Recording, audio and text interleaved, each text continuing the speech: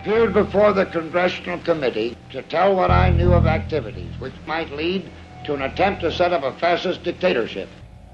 The potential for the disastrous rise of misplaced power exists and will persist.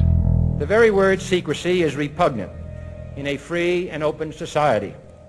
And we are, as a people, inherently and historically opposed to secret societies, to secret oaths, and to secret proceedings. President Bush signed a formal agreement that will end the United States as we know it. And he took the step without approval from either the U.S. Congress or the people of the United States. The secret organizations of the world power elite are no longer secret. It's known as the Bilderberg Group. Could their objective be world domination? I'm Jim Tucker. I've chased Bilderberg for 30 years. I'll never give up the chase. Bilderberg plan for the whole world is nothing less than world government. I'm not comfortable with that at all. Who elected these guys to run the planet? They are the elitists. They feel they should run the world for their own selfish interests. Now we can see a new world coming into view. A world in which there is the very real prospect of a new world order. Bilderberg is making great progress toward a world government, and only an educated, informed public can stop them in their tracks. David Rockefeller admits in his own memoirs that he wants to destroy the United States. Right. He's a traitor. It's good to be back at the Council on Foreign Relations. As Pete mentioned, I've been a member for a long time and was actually a director for some period of time. I never mentioned that when I was campaigning for re-election back home in Wyoming. Let us never tolerate outrageous conspiracy theories.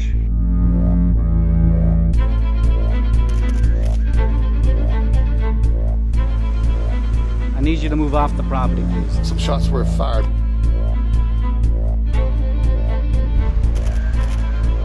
There's Bilderbergers right there.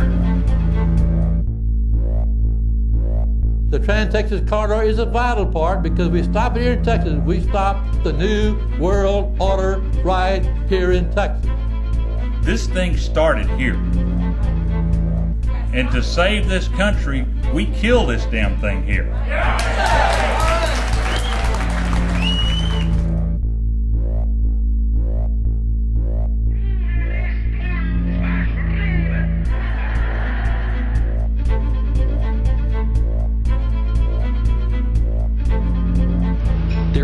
A chance for the President of the United States to carry out a phrase his father used, and that is a New World Order. Your New World Order will fall. Humanity will defeat you. The answer to 1984 is 1776.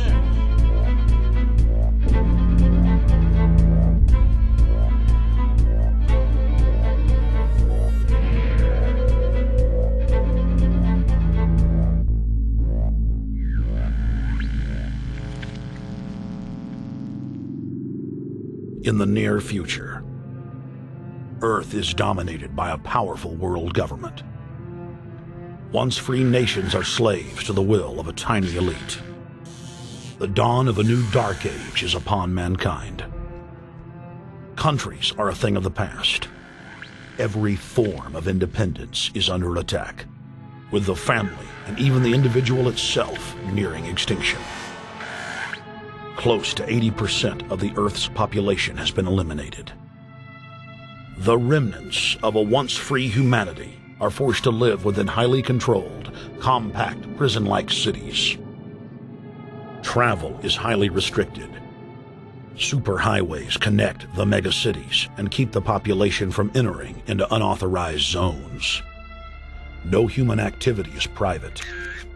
AI supercomputers chronicle and categorize every action. A prison planet dominated by a ruthless gang of control freaks, whose power can never be challenged. This is the vision of the global elite, their goal. A program of total dehumanization, where the science of tyranny is law. A worldwide control grid, designed to ensure the overlord's monopoly of power forever. Our species will be condemned to this nightmare future unless the masses are awakened to the New World Order master plan and mobilized to defeat it. Erected by a secretive group, the Georgia Guidestones are a testament to the elite's plan for a world religion, global laws, with a global court and army to enforce it. And set in stone, it is written that the population never rise above 500 million.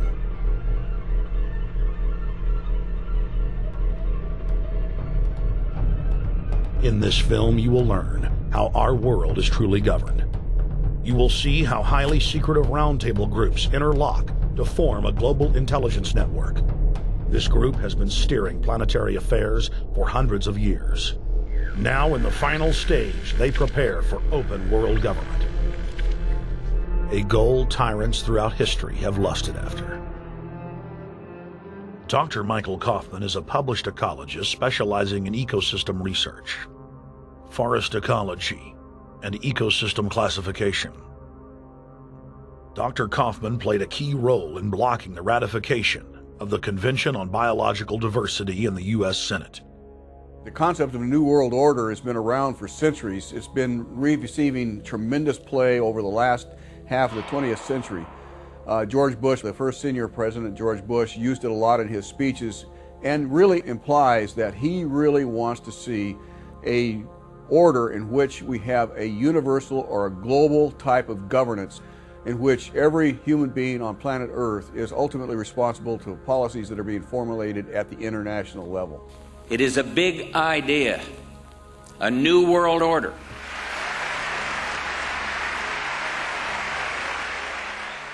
President Bush said that the New World Order was in tune, and that's what they were working for. The UN is part of that government. They're working right now very significantly for a North American Union. That's why there's a lot of people in Washington that don't care too much about our borders.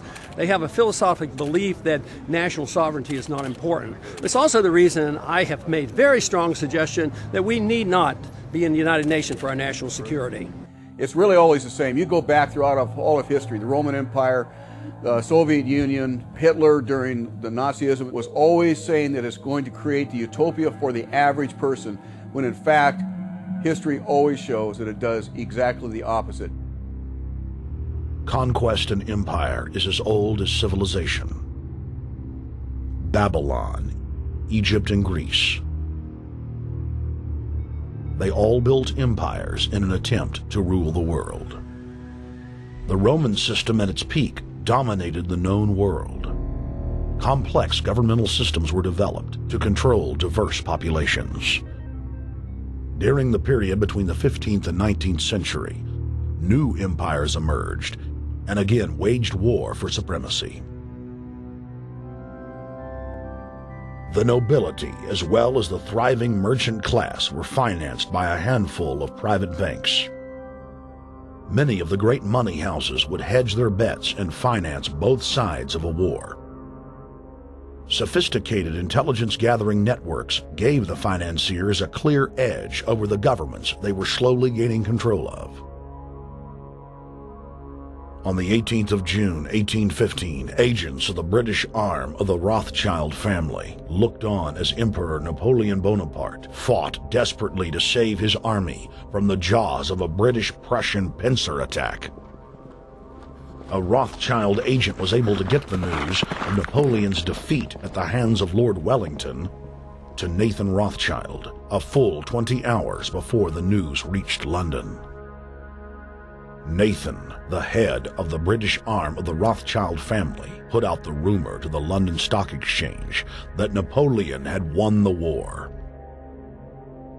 Stocks plunged by 98%, and Rothschild was then able to buy up the entire British economy for pennies on the pound.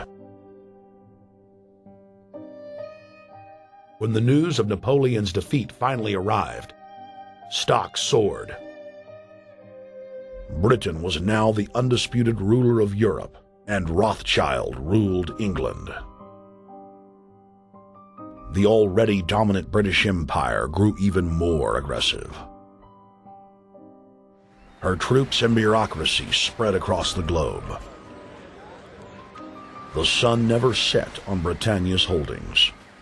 The banking cartel funded, in fact, since about 1800, they have funded both sides of almost every war.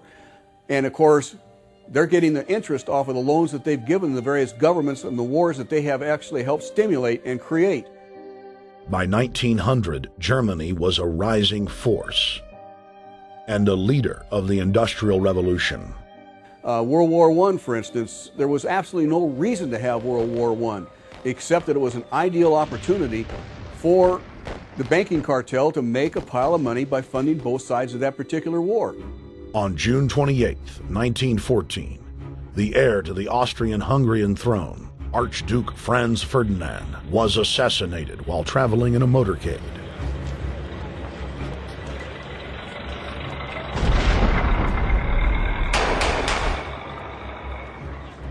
The Black Hand, a Serbian secret society with connections to French and British intelligence, took credit. World War I had begun.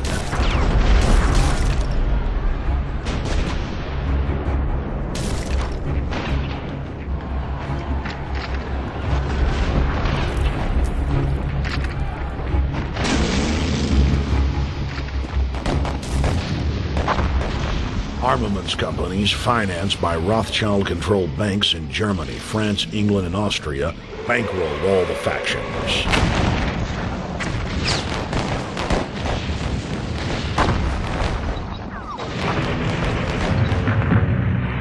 At least 20 million were killed in the war.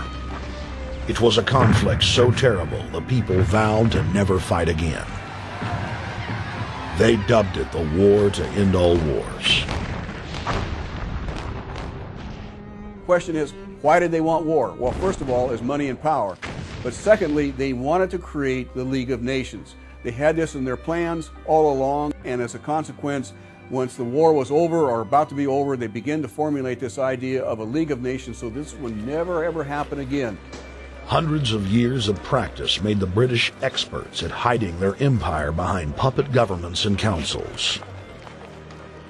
In the name of stopping all future conflicts, they proposed that countries would join a League of Nations. Their true intention was for the League to serve as a framework for world government. President Woodrow Wilson, who had spearheaded the establishment of the private Federal Reserve System in the United States in 1913, strongly supported the establishment of the League of Nations. Woodrow Wilson was a very naive president. He was basically a college professor that was grafted into this whole system. The League convened in Paris in 1919, but many nations recognized it as a threat to their sovereignty and refused to join.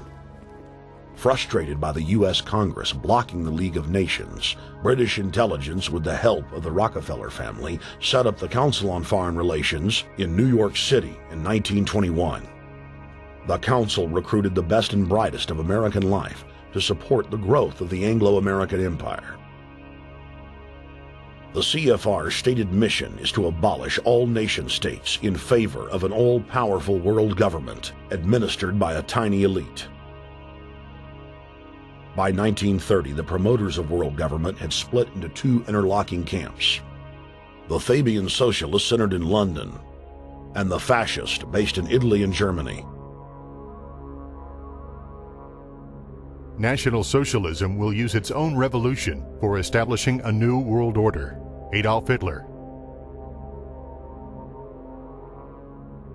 Supporters of the fascists in the United States and England believed that the military should be used to quickly transform the world into a new world order, while the more sophisticated practitioners of globalism stated that incrementalism was the sure path to world domination. Congressional Medal of Honor winner Major General Smedley Butler went public in 1934, exposing an attempt by the robber barons to launch a military overthrow of the United States. The war hero testified to the McCormick-Dickstein Committee in Congress that some of the most powerful men in America had tried to recruit him to lead a military coup so they could set up National Socialism in the United States.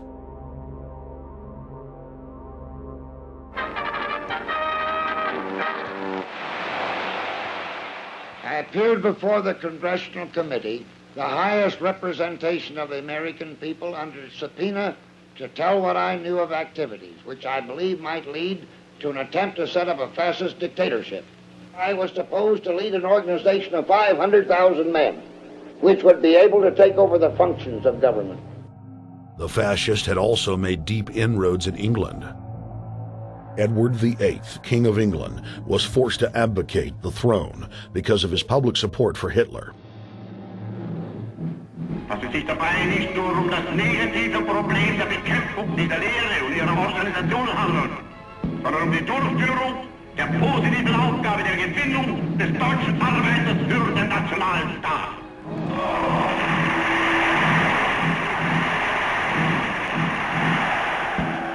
Though the German-led fascist camp was strong, the Fabian Socialist Bloc was able to maintain control of the U.S., Russia, and England.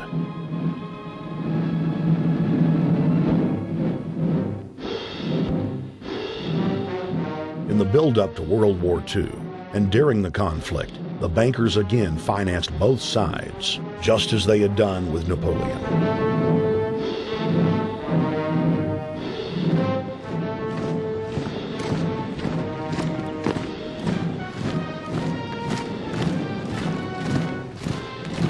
With the rise and fall of the Third Reich, Europe lay in ruins.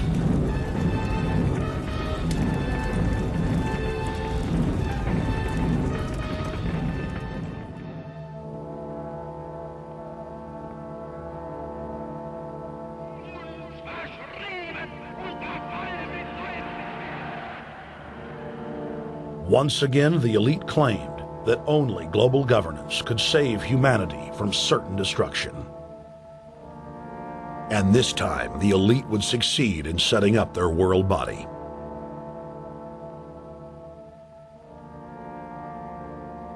In April of 1945, at the Presidio Naval Base in San Francisco, the United Nations was founded by the victors of World War II. The United Nations complex was then built in New York City on land donated by John D. Rockefeller. Shortly after the elite established the United Nations as their base in the United States, the newly formed World Council quickly began work on the next phase in their plan, the incremental formation of continental superstates. The first step in their trilateral plan was the creation of the European Union. Unifying Europe had been tried many times and was extremely unpopular. Where Napoleon and Hitler had failed to accomplish their goals using force, the globalists would succeed using stealth. The British spearheaded the formation of the Council of Europe on May 5, 1949. The Treaty of London claimed to only establish trade ties between European nations, like NAFTA or GATT in North America. Its true intention was the formation of a European superstate.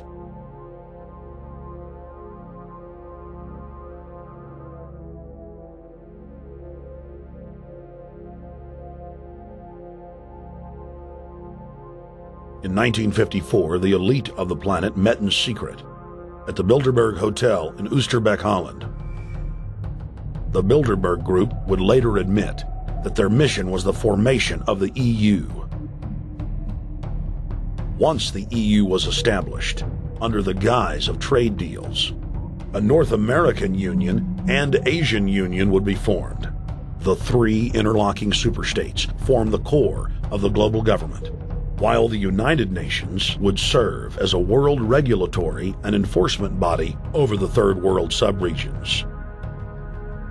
The Bilderberg Group consists of the heads of all of the managing roundtable groups that steer individual countries. Picture the elite power structure of the world as a giant pyramid, with only the elite of the elite at the tip top of the capstone. The group has been so secretive that until the mid-1980s, the controlled corporate media denied its existence. Into the late 1990s, coverage only consisted of rare one-line mentions.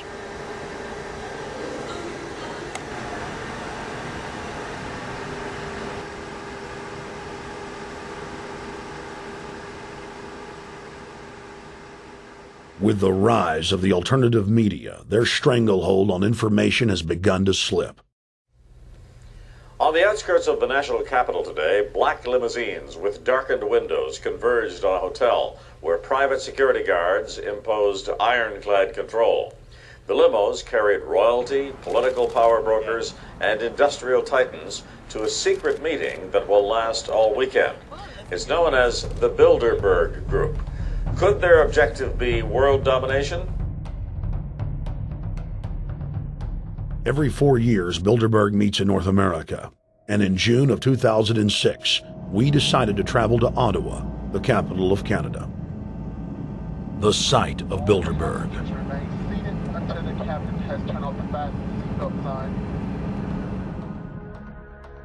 In Bilderberg's long history, many reporters attempting to cover the group have been harassed, detained, and even jailed. I jokingly reassured my cameramen that the horror stories we'd read about were probably exaggerated. I was wrong. We know reporters get detained at airports, people aren't let in. We know people get sent to the jailhouse for 3 or 4 hours. It happens every time. Well, it happened to Alex Jones this time. They admitted Bilderberg that they've had pressure put on them by the government to heighten security, and that's why all this happened. Yes, I was told that by 2 separate people. They scoured our records for hours yesterday and hours today, trying to find something on us, and of course there was nothing.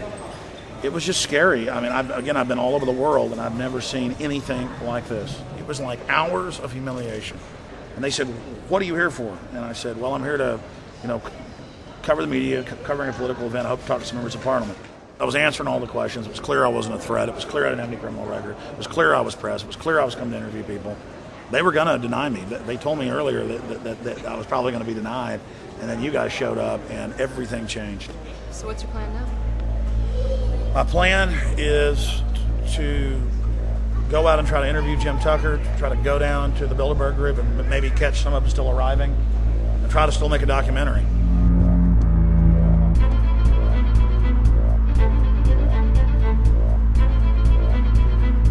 So instead of being here at 8 a.m. in the morning when the Bilderberg Group attendees, the 100 elite of the planet, start showing up, we're going to be getting here about 3:30 or so, and we'll see if we can catch any of the elites coming in.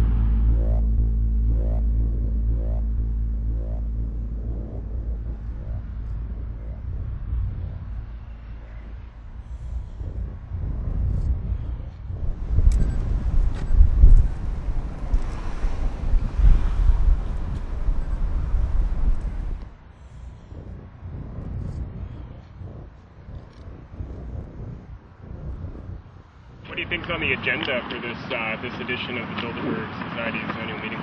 They're debating the attack on Iran. They're talking about how to take out Hugo Chavez. They're talking about how to get their American Union in that destroys Canadian, U.S., and Mexican sovereignty.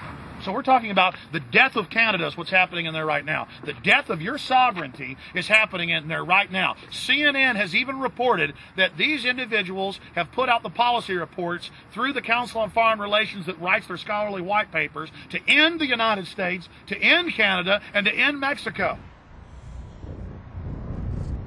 About 10 have come in. They've been coming in slowly in typically big black cars with what appears to be bulletproof glass, and we've got a few pictures of some of the people. We're being kept well back from the building by an awful lot of security people, but there'll be more security as this thing develops. Again, just a reminder to stay off the property, okay? I am.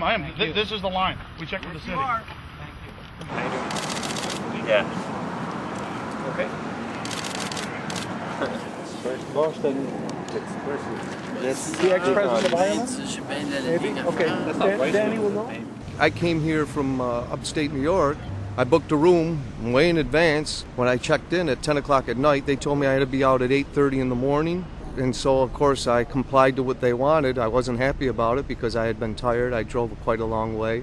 Then I went down to have something to eat, and I just saw a bunch of security here, and I was wondering what was going on, and I asked questions, and they said they were having a wedding or they were having some sort of reception. So I decided to ask a couple more questions because I thought it was kind of weird. And then I saw them from my hotel window. They were in the back with flashlights looking at the trees, looking up through the trees, and they were also in front of the hotel combing. It looked like combing the hotel. So I kind of was wondering what was going on, and I left. I got up this morning. I checked out. And then the fellow that I spoke with, the last fellow I spoke with, said, well, you'll know all about it in the newspaper. Well, I didn't have to wait because there was a group of people out here telling me everything that was going on. They're not fooling anybody any longer when you've got this many cops, and detaining Alex Jones at the border.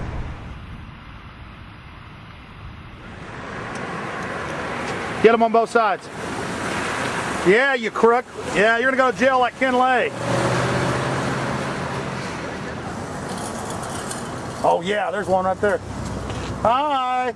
Hey, we're not your property. We're not your slaves. We're going to defeat the New World Order. The New World Order is going to be defeated. You realize that? I'm glad you do. Always does throughout history.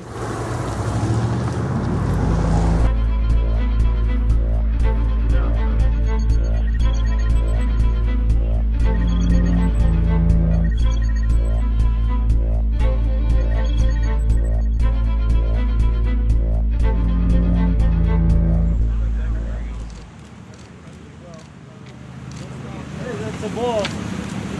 Boss is leaving. Etienne Davignon is the honorary chairman of the Bilderberg Group, as well as the head of its steering committee. The committee he heads selects and invites each year's attendees. In the last decade, the list of attendees has been leaked to reporters by moles on the inside. Veteran newspaper reporter Jim Tucker has been covering the Bilderberg meetings for over 30 years and has physically attended more than 20. We traveled back to our hotel to see if Jim Tucker received the 2006 list. First heard about Bilderberg in 1975, and I said, I don't believe it. That's not possible. Who in hell's Bilderberg? I spent 20 happy years with metropolitan newspapers. All the wires are clicking at my ear. That could not happen without me knowing about it. And the thing that first impressed me most was columns in 1957 by the late, great Westbrook Pegler, widely syndicated columnist. He wrote 2 lengthy columns about how approximately 100 leaders of international finance, heads of state, high public officials were meeting behind armed guards and closed doors on Jekyll Island, sealed off. What are these powerful internationalists doing? And why is it so secret? Why do they have armed guards outside? Why is it sealed off? The newspapers totally ignore it. Not a word. Total blackout in the United States. Since then, I've never stopped pursuing Bilderberg, or the whole international gangster organization led by Rockefellers and Rothschilds, as they manipulate the world for their own selfish interest.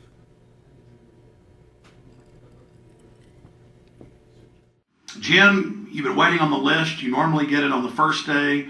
You haven't gotten it. We're told it might come in today. How important is that list? It's absolutely essential, although identifying people outside, as we always do, is important too, to find out who is not on their own list. In recent years, someone from Europe has sent a machine copy with a letterhead and so forth without identifying himself. So far, I haven't heard from him.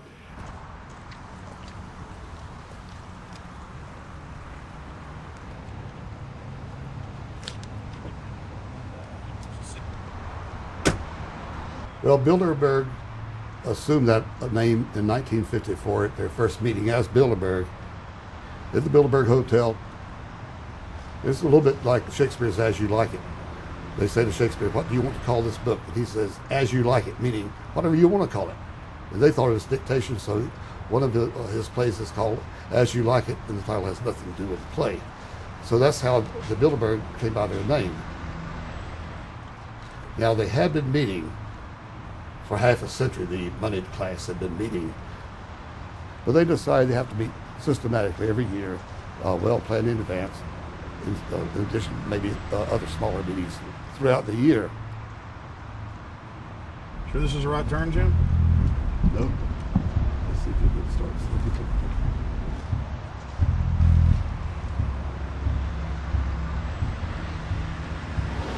This is the global government. They are setting the world agenda. Inside right now, they're deciding on whether or not there will be a war with Iran. They're deciding whether or not taxes will increase, whether oil prices will be suppressed or increased. There's much more on the agenda that we'll be finding out in the fullness of time. But those are 3 items that are heavy on their list this year.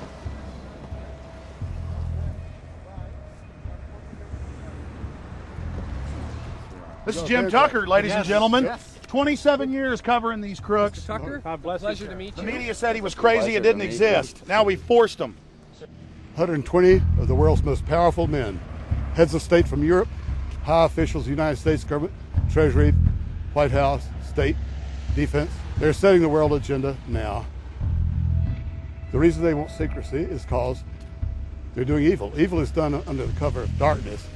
Good works are done in the sunshine.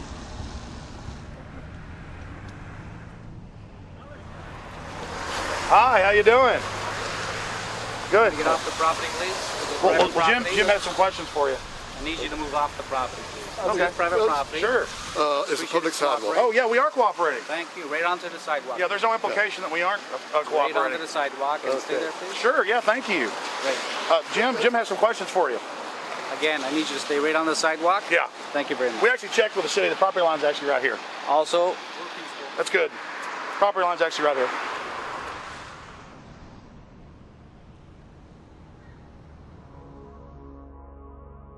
We are on the verge of a global transformation. All we need is the right major crisis, and the nations will accept the New World Order. David Rockefeller. It's David Rockefeller, and they're going black at the beyond the hotel, and they had no bodyguards. One of my friends shouted, "Hey, Rockefeller!" and he turned back, and he was afraid. My name's Rene. I'm from Manitoba. Drove about 26 hours to get here, just to show that I'm against the Bilderbergers, just to fight for my freedoms, fight for my rights, make sure that my children can grow up in a free country. My name is Daniel Estrelin, and I've been doing this for the last 15 years. I'm from Canada. I'm very proud of my country because, as you can see, there are a lot of people covering the Bilderberg conference. Last year, it took me 14 and a half hours to get to Munich. I was pulled off the plane in Milan. I was pulled off the plane in Munich. They interrogated me 4 hours in both places. I was able to call a friend, a journalist in Rome, as a result of his presence and others. Calling the Foreign Ministry Department in Italy, they backed off and they let me go. They basically told me that they'll keeping an eye on me 24 hours of the day. The little hotel where we were staying at, Jim and I, out of the 20 rooms, 6 were occupied, 3 by the CIA and 3 by the German Secret Service. That's how serious these people are, and that's how afraid they are of actually what we may be able to reveal and what we actually do reveal publicly about the Bilderberger intents. Daniel Estrelin has covered the Bilderberg meetings in Europe and North America for more than 15 years. His book, Club Bilderberg, has been translated into more than 20 languages and is a global bestseller. Estrelin has photographed many past Bilderberg meetings. Rockefeller frontman Henry Kissinger is always a key participant. Here you see the president of the CFR, Richard N. Haas, followed by Vice Chairman of Rothschild Europe, Franco Barnaby, who is speaking with Henry Kravitz. And behind them is Richard Holbrooke, former U.S. Ambassador to the United Nations. The head of Daimler Chrysler, Jürgen Erich Schrimp, arrives by helicopter. Here, the owner of the Washington Post, Donald Graham, escorts Indra Nooyi, the head of PepsiCo. Queen Beatrix of the Netherlands, whose father, Prince Bernhard, founded Bilderberg, is a leading figure in the group. Of course, globalist kingpin David Rockefeller, seen here with his bodyguard, James Ford, always attends. The then newly appointed World Bank chief Paul Wolfowitz is photographed at Bilderberg 2005. It has been reported that Wolfowitz had attended previous meetings while still the Deputy Secretary of Defense, a violation of the Logan Act. Under the Logan Act, it is a felony offense for any member of the federal or state government to meet with members of a foreign government without the express authority and authorization of the President or Congress. Put simply, it is illegal for members of the government to meet secretly behind closed doors with foreign power brokers due to the problems of corruption and espionage that it breeds. For this reason, many prominent politicians attend, but their names do not appear on the official list. Despite the Logan Act, the governor of New York's name, George Pataki, does appear on the list, and we were able to catch the governor on tape walking with David Rockefeller at Brook Street. Multiple staff members inside Brook Street reported to us that Hillary Clinton attended for half a day. Several armored limos with diplomatic plates did arrive with police escorts and offloaded their passengers in the underground parking garage out of the sight of the press. Former World Bank President James Wolfensohn sardonically stared at our cameras. They're upset about the fact that they're being exposed. Well, I'm sure they are. I mean, look at the tinted windows. They don't want to be seen. They don't want even anybody to know they're here. So I'm sure they're ticked, you know, and that's why we're here to try to expose them. Do you think that they were angry that they were on the front page of the local paper today? You think they're in there reading it right now, Jim? Yes, I don't think they're happy about it. They prefer nothing at all, no publicity. They prefer absolute secrecy. Yeah, you better look away. We're not your slaves. You don't own me.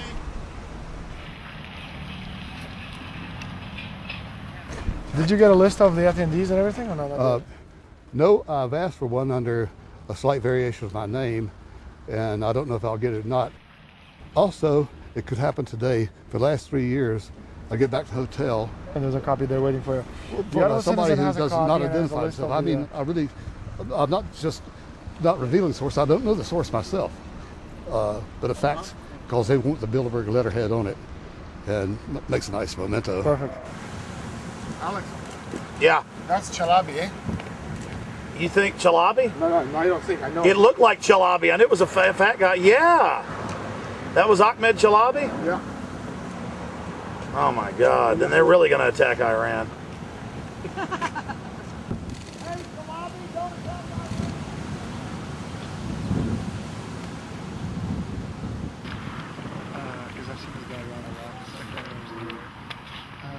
This guy is too president. I have it.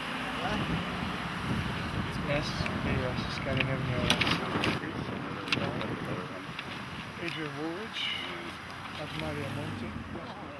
Over the last couple of years, they've been reeling with the amount of leakage that they've been experiencing, so it's getting harder and harder. But again, it will never get too hard for us because of the sources that we have inside are top-notch sources. People who are actually working for them, the Secret Service, the second layer, people in the Bilderbergers, the clerks, the administrative office, they are there. They are our eyes and ears, and every time there's something out, we always get the information. That's Francisco Pinto Balsamao. I think that's the Queen. It's the Queen. Yeah. Oh my God, you can't kiss her hair. You see her? Yes. Oh my God. The Queen of Holland.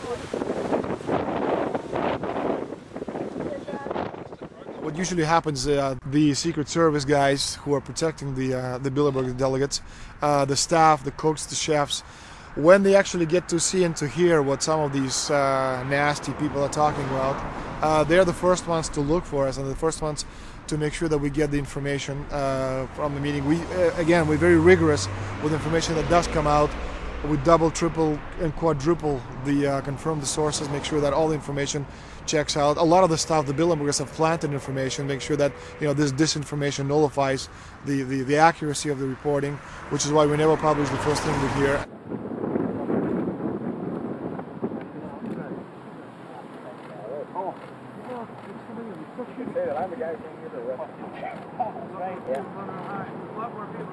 That looks like Rockefeller. The decisions that these people take, again, they're not only decisions affect business community, they affect politics, business, environment, across the entire spectrum. And these decisions are made and taken by a very elite group of people behind closed doors this year at the Brook Street Hotel. We are not privy to these decisions. We're not allowed to know what they're talking about, but we'll definitely feel the consequences of these decisions over the next 12 months when events which apparently by accident seem to happen, in fact, have been planned right here this year at Brook Street Hotel between 8th and 11th of June. What does it do when you get 120 of the most powerful people in the world getting together to have meetings with government officials? I mean, that's amazing. Well, it is what I mean is that they're planning the corporate agenda. They're not planning the democratic human journey agenda, in my opinion. Mussolini had a definition, is when the interests of the corporation take completely over from all other interests, and that's fascism. He said it should probably be called corporatism. Well, call it corporatism, call it fascism, call it neo-lib, neo-con. There's a whole variety of political words, depending on which side of the stripe you come from, to start with, which describes the thing. But what they are describing is the complete end of democracy, the end of what matters to people, the end of what happens to the human journey. And for that reason, I think this is revolting. Ladies and gentlemen, we're here in Canada today to stand up against the Bilderberg Group that is attempting to get rid of the sovereignty of the United States. The truth of your world government has now been exposed. We know you are ruthless. We know you are evil. To David Rockefeller, to the Rothschild representatives here, to the Queen of the Netherlands, to all of you, we tell you, you are not our queens. You are not our kings. You are not our gods. We do not belong to you. We are not your slaves. We stand as free humans, have stood since the beginning of time against the strong men, against the thugs, against the bullies. We will defeat your world government. We will defeat world taxation. We will defeat your control grid. God is on our side. I stand before the creator of the universe, and I ask the creator of the universe, as our founding fathers did in 1776, to lead, guide, and direct us, and to give us the power and the foresight and the understanding and the will to stand against your entire agenda, including your final plan of world population reduction of 80% that Henry Kissinger penned in 1973.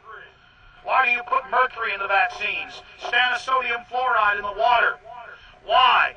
Why do you put cancer viruses in the vaccines? Why have you used depleted uranium now in 4 separate nations? You're arrogant. You have the sickness that elites have had throughout history in their literal and, in some cases, figurative ivory towers. You believe that you're invincible. You will and you are failing now. Your New World Order will fall. Humanity will defeat you. The answer to 1984 is 1776.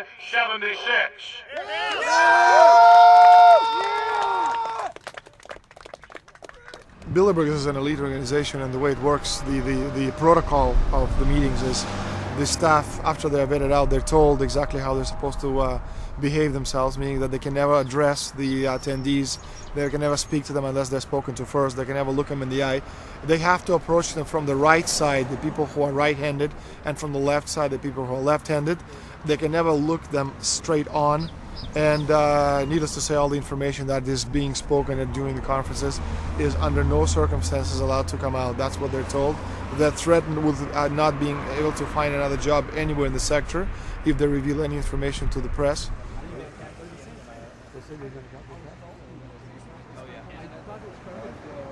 Richard Holbrooke? Ambassador Richard Holbrooke thought the peasantry wouldn't recognize him if he took a stroll off the grounds of Brook Street.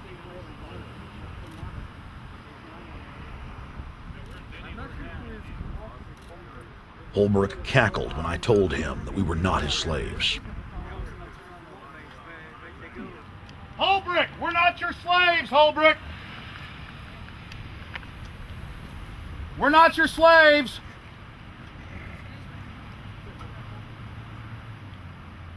Holbrooke, we don't belong to you.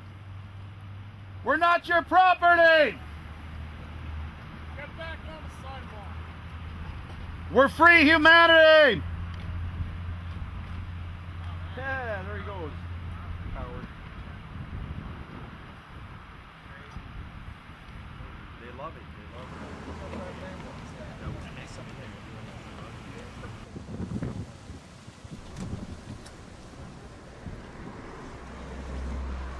it. Okay, we're going to be going around the back here, guys. Hey guys, how you doing?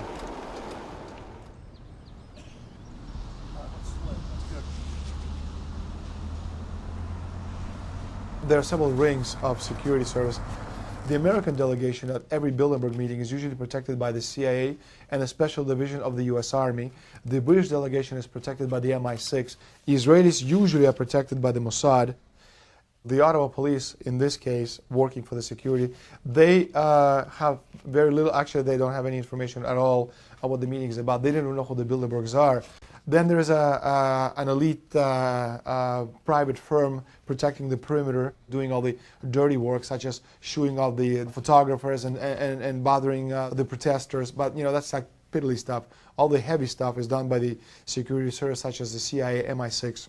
Some years ago, my legs were a little bit stronger than they are now, and I'd crept over a fence under cover of darkness and approached. The cops started yelling and pointing at me, so I ran with speed I didn't know I still had, and some shots were fired, but they were far above my head. I mean, they were intimidating, but they were not really trying to kill me. Not when sharpshooters are fired far above, 20 feet above your head. Bilderberg was founded by David Rockefeller and the Rothschilds of Britain and Europe. They're still the main powers. Baron Evelyn D. Rothschild, a male, attended for many years. Rothschild is still represented. You'll see them on the list of participants. Somebody representing the Rothschild group. They are the main powers behind Bilderberg. Dutch Shell is part of the Queen's fortune. Of course, the Rockefellers have always had heavy oil interests. That was the original source of their old money from the old man. Jim just got the official Bilderberg letterhead list from his mole inside the Bilderberg group. Let's go look at it. Wall Street Journal.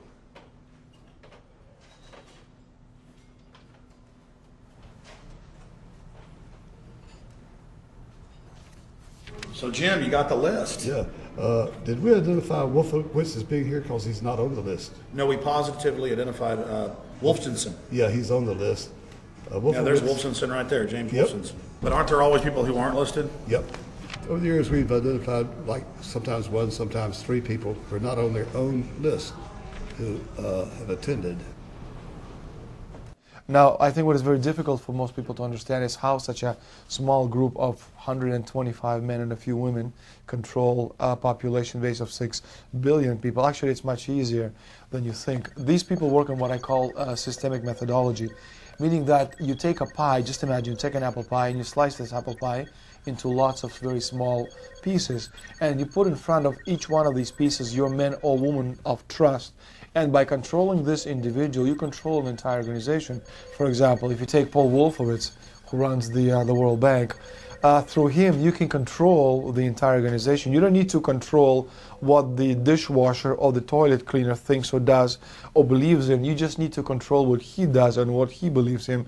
And what he does will permeate the entire organization. And that's how you control, with very, very small power base, an entire global population of 6 billion people. Bilderberg is making great progress toward a world government. They have created a superstate in Europe called the European Union. They are intent on creating a Western Hemisphere Union called the American Union. NAFTA is to be expanded into every country in this hemisphere. As NAFTA expands, it will take on the role of the American Union. And only an educated, informed public can stop them in their tracks. We went into downtown Ottawa and talked to locals to learn if they were aware of the elite meeting in their city.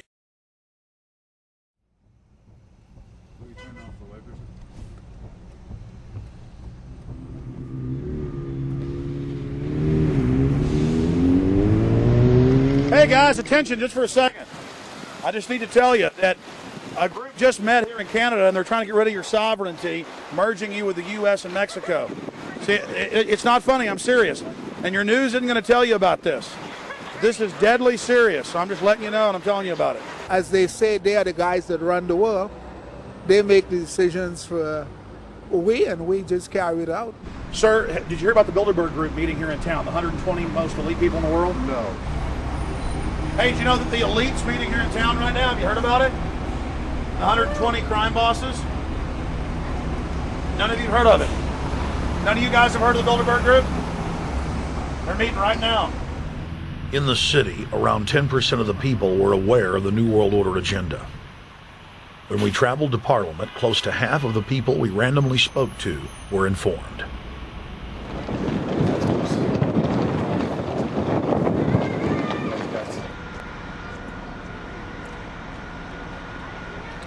Ma'am, what did you say about the American Union? It's going to end up happening. We don't want it, but it's going to happen. Why do you think? Because the Bilderberg Group runs the world. You have the Trilateral Commission that's also part of the Bilderberg, which is the United States, Europe, and Asia. But most of this is public knowledge. Nobody wants to believe that there are conspiracies, that world leaders are already elected before they're voted on. So here we know that Bernard Lord is part of the outer circle. I was surprised to read that Harper addressed the group in 2003 because my understanding was nobody gets into politics without becoming part of the Bilderberg Group. And then you find out afterwards that that is the case, that they have... Well, yeah, Bill Clinton went there in 91, George Bush Sr. back in like 85. And Blair, same thing. Who we think that we're electing as leaders have already been pre-picked for us. Whether it's liberal or a conservative, they're already part of the group. They own all the horses in the race. They own the horses, and I understand that, for example, in the United States, it's a one-party system with two factions, though you think it's two different parties. Oh, it is, yeah. So it's like Bill Clinton constantly vacations with the Bushes, and they call him their son, and they actually staged all that in '92, and all that's come out. It's just all staged. They're not going to let trillions of dollars slip through their hands. The good news is people are waking up, though. When you read human history, when you study it, all you see is elites trying to dominate, subterfuge, Machiavellian backstabbing, and somehow in the last 50 years they convinced Westerners that the government's fine, can do no wrong, trust them. How did this happen? It's easy to lead sheep. I mean, people just follow. They don't want to believe these things will happen. No way. We'll just follow along with the norm. That's all. It's just makes it easier for everyone. What's your view on losing Canada's sovereignty? I like this country to stay as it is, and I love the United States to be there. Back in Austin, the capital of Texas, the public was frighteningly unaware of the nation's peril.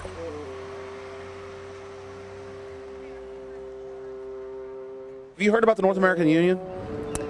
Not really, no. I don't watch TV. No, I haven't. Interesting. I was not aware of that. I don't know exactly what you mean, so... I don't think there's going to be a merger of the three nations. No, I have not. No. No, I didn't know this was happening, so... Yes, I have. Oh, you have heard about it? Yes. After that big rally the other day, don't know about it? I don't know about it. No, I have not. Have you heard of the European Union? I have, yes. Are you aware of the European Union? Oh, yeah, of course. Have you heard about the European Union? Heard about them. Do you know about the European Union? No. Europe, 15-member group expanding. A what? 15 nations of Europe merging in 2000. Whatever. For over 50 years, the Bilderberg Group constructed the European Union by stealth under the guise of trade deals. Now the elite are using the same secretive program to complete the North American Union. But this time, superstate integration is on the extreme fast track. International agreements like NAFTA, GATT, and APEC were just stepping stones in the formation of the NAU. The North American Union was officially born at Baylor University in Waco, Texas, on March 23, 2005. The leaders of the United States, Mexico, and Canada told the press that they were only meeting to discuss trade. It soon leaked that a secret meeting had been held during the Security and Prosperity Trilateral Summit. The three governments had refused to release the secret agreement to the people. In September of 2006, their treasonous operation was blown wide open. From September 12th to September 14th, in Banff, Canada, hundreds of elected and appointed government leaders from Canada, Mexico, and the United States met in secret. On the last day of the conference, someone inside the secret North American Union Forum leaked the agenda. The front pages of newspapers across Canada carried the story. The Judicial Watch Foundation submitted Freedom of Information Act requests to obtain the full agenda and minutes of the secret assembly. Many federal agencies refused, citing national security. The foundation finally succeeded and did receive thousands of pages of documents. The documents marked unclassified are the blueprints of a shadow government ruling by bureaucratic and executive fiat. The pages chronicle an already operating North American Union. Transportation, law enforcement, agriculture, regulation, banking, manufacturing, construction, education, immigration, and even the military are being merged with no input from the people or their elected representatives in Congress and Parliament. One of the first items on their agenda was to stress how important it was that their plan, quote, be carried out by stealth. The controllers also talked about exploiting the public's fears of climate change to push a continent-wide tax to fund the new government. Globalist tool Robert Pastor is incessantly paraded on the world stage as the man behind the North American merger. When he testified before Congress, he pushed the idea of a continental security perimeter that erases national boundaries and merges the security apparatus. The best way to secure the United States today is not at our two borders with Mexico and Canada, but at the borders of North America as a whole. In fact, the North American Command, based in Colorado Springs, Colorado, was clearly running the meeting in Canada. For the past decade, the Pentagon has been training with Mexican and Canadian forces and has openly discussed using them inside the United States for disasters and to quell domestic unrest. There are already over 100,000 non-U.S. citizens serving in the U.S. Armed Forces. The Pentagon is now expanding its recruiting centers in Mexico, the Philippines, and Eastern Europe. Big city police departments nationwide are lobbying to change laws so they can recruit non-citizens to join the police force. What we are witnessing is a Red Dawn scenario in slow motion. Tyrants throughout history have brought in foreigners to oppress their domestic populations.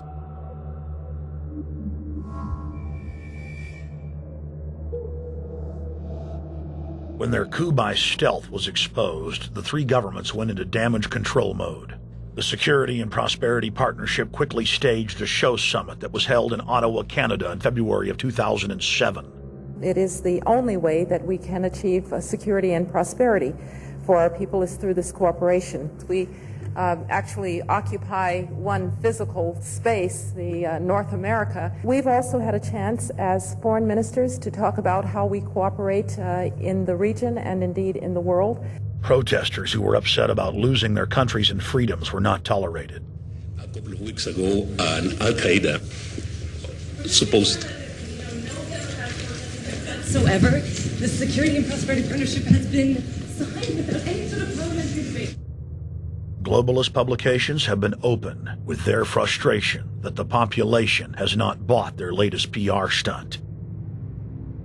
As integration inside the European and American unions accelerates, the superstates themselves are being merged.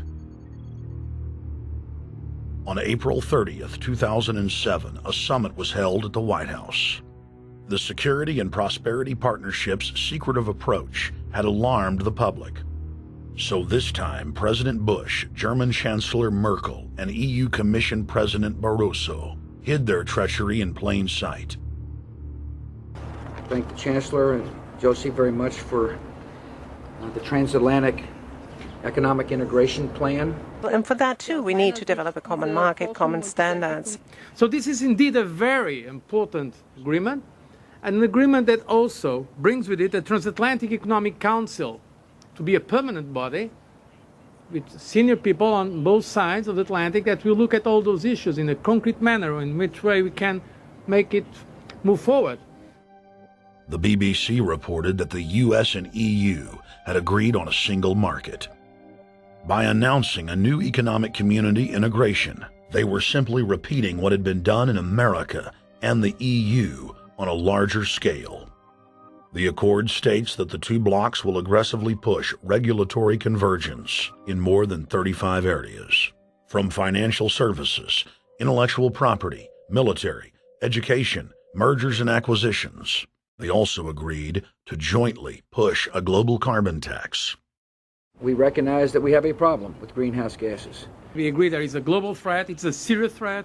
We agree there is the need to establish a limit to greenhouse gases. We need to discuss the possible pricing of CO2. How can we translate this into a market economic compatible scheme? We have agreed to establish a high-level group, a forum. This EU-US result is translated into the G8, debated together with the outreach countries, China, South Africa, Brazil, among others, and India. A global solution to a global problem. If Bilderberg succeeds, America falls. All the victimized countries lose their sovereignty. Bilderberg is not a person, it's not an idea, it's an ideal, a very powerful group of people working together and from the positions of ultimate and absolute power, destroying every constitution on earth, no matter how powerful the constitution of the nation is. That's what these people do. The African Union arose out of the African Economic Community, set up in the early 1980s. The African Union is financed by a consortium of international bodies, governments, and corporations. The African Union Army serves as an enforcement arm for the New World Order's exploitation of Africa. In Asia, APEC and ASEAN have announced plans to form the Asian Union, consisting of Asian and Pacific nations, having more than 3 billion people within its borders. APEC will become the Asian Pacific Union, and the world is to be divided into 3 great regions for the administrative convenience of the world government in which the UN is to evolve. As the unions form individually, they are simultaneously merged to form the first planetary government.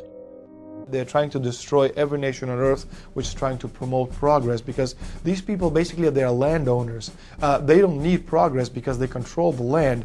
If you take the most powerful man in London, the people who belong to the Council and the Committee of 300, who belong to the Bilderbergers, the British royalty, the Guelphs, the black nobility of Venice and Genoa, these people they're landowners. The New World Order is the old world order. I mean, it's just the names have changed, the appearances have changed, but the concept hasn't changed. The idea is still to bring the men back, kicking and screaming back to the Middle Ages, post-industrial age world order. One of the things that is very shocking to most Americans is the fact that the United Nations Global Biodiversity Assessment, which came out in 1995, clearly shows that in order to protect planet Earth, we have to go back to a feudal system. They actually said that in the document. To craft a modern feudal society, the globalists are implementing a standardized North American Union ID card to track, trace, and control their serfs as they travel throughout the 3 regions of the NAU.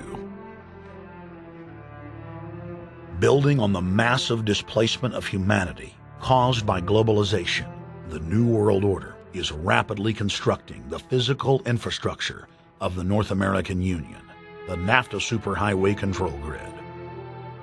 I'm Arthur Peterson, Colonel retired, the Army. I see things today that are happening that would make my friend who died in World War II turn over in their grave. To think that people would even consider confiscating land of farmers and ranchers and taking their homes away from them to turn it over to a foreign company in Spain, which was controlled by Don Carlos, I understand, a notorious socialist, and they get the tolls on Texas land for 50 years.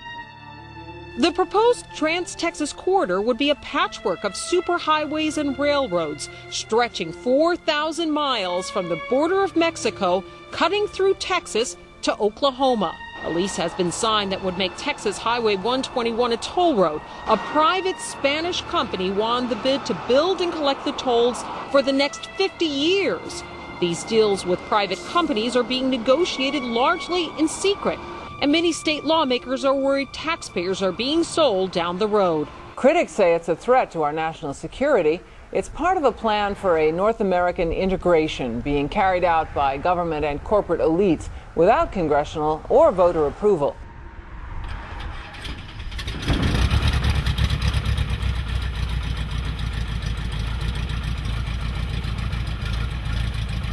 We took to the air over central Texas to get a bird's eye view of the Trans-Texas Corridor, which is under construction and will form the heart of the Trans-NAFTA superhighway system.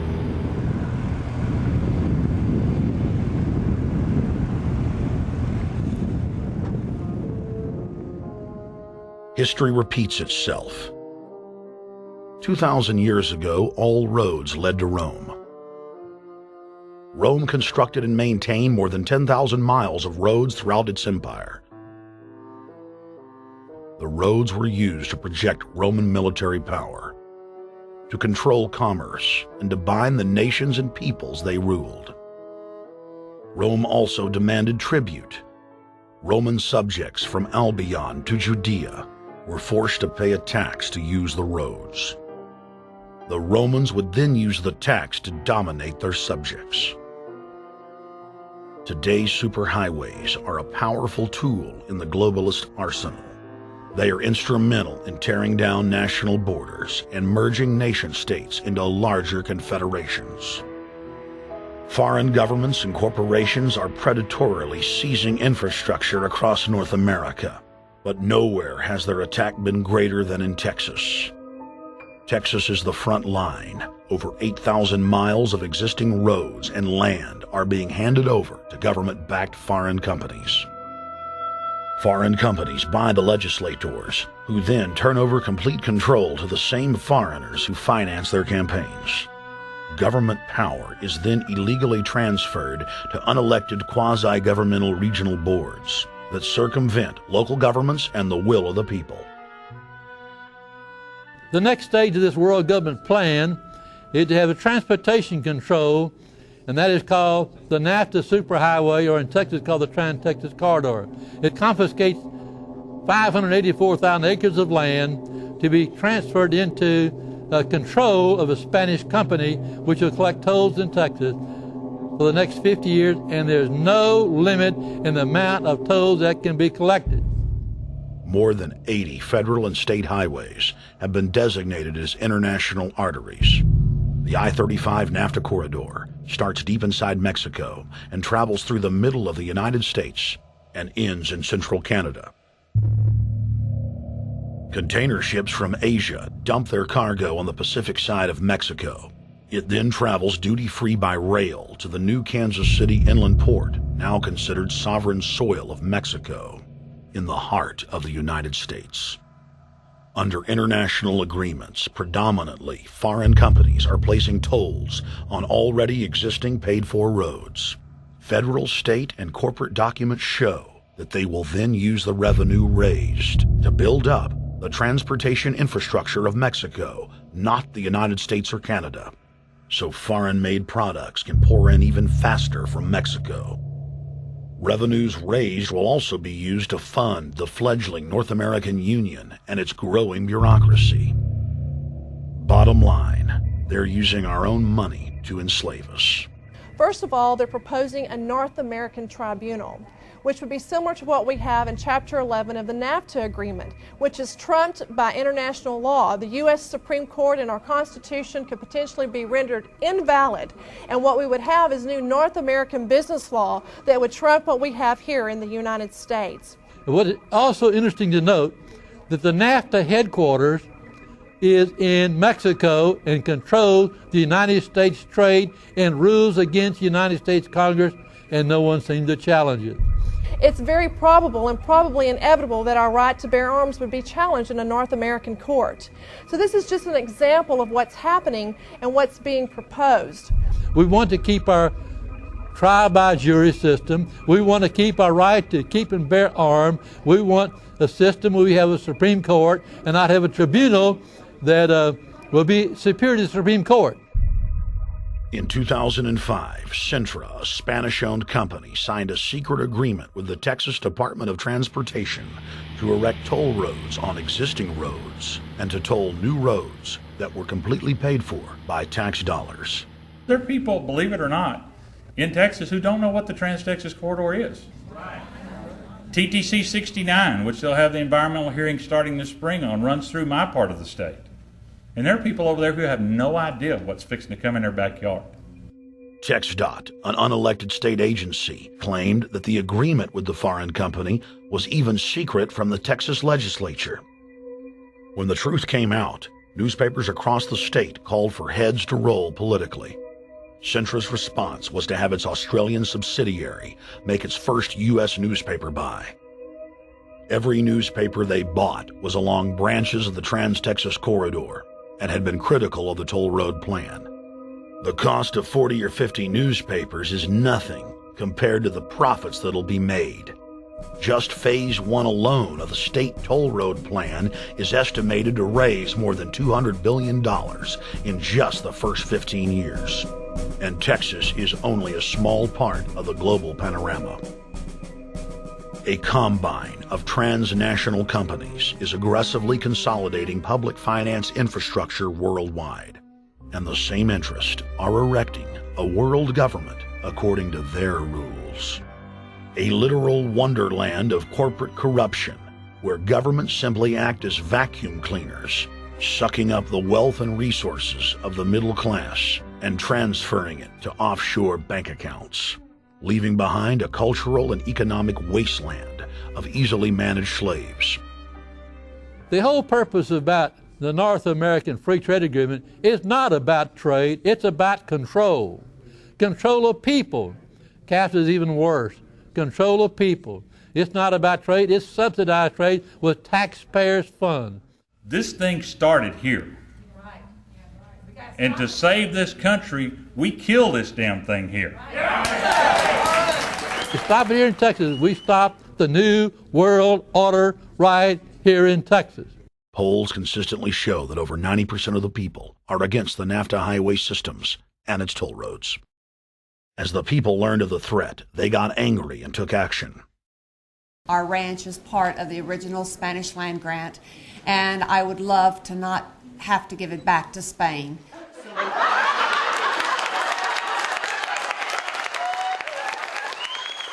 Opponents of a proposed superhighway today held a major protest.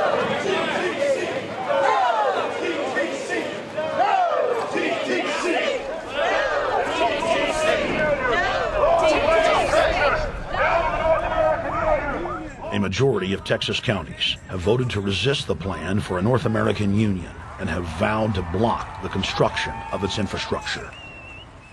Heck, we already know in a law that was passed by a subservient United States Congress, where practically nobody in the entire Congress stood up and said no, they've already passed a law saying all their driver's licenses are going to be chipped. Well, I'm telling you right now, I'm not going to carry in a driver's license that's got a chip in it so Big Brother can watch everywhere I go and see everything I do. No, no, hell no. No, all of it. No, no. We, the people, own this plot of ground.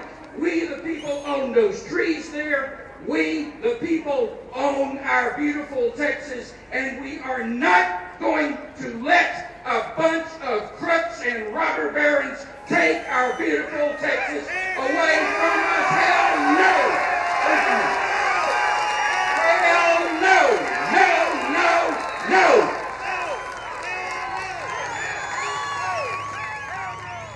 RFID tracker chips embedded in state inspection stickers and toll tags are already being used to track the population.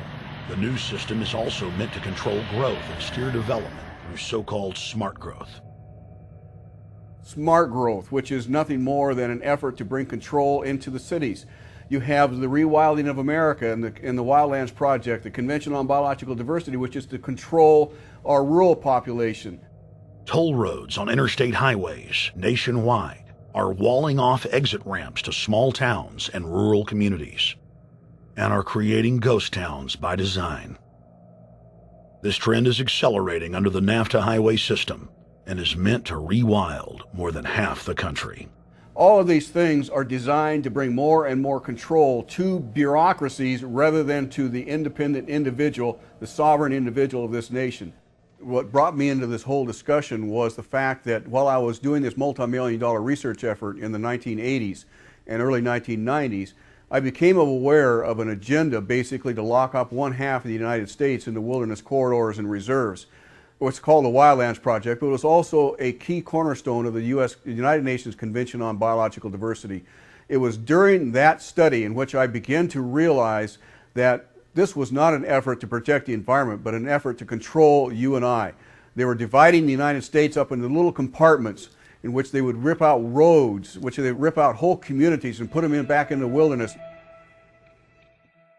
The federal highway system was designed by Pentagon war planners in the 1950s to serve as a rapid deployment conduit to move ground forces for the defense of the United States during invasion. The unconstitutional Northern Command is now using the highway system as a force projection matrix to dominate populations across the United States. Through federally funded emergency command centers, county and city governments are being quietly federalized nationwide. Billions of dollars per city is being spent to install millions of surveillance cameras. Every town and hamlet, no matter how small or remote, is surveilled. License plate reading software tracks Americans' movements wherever they go. New systems are being deployed that scan your face, read your lips, and analyze your walk. Under the treasonous Military Commissions Act, American citizens can be secretly arrested, stripped of citizenship, flown to offshore torture camps, and secretly executed. Under Section 802 of the Patriot Act, all misdemeanors are considered terrorism. Federal police squads, called Viper Teams, randomly force Americans to line up and show their papers. From the sidewalks of Miami to the subways of New York to the streets of Houston, Texas, citizens are being searched by heavily armed gangs of paramilitary police.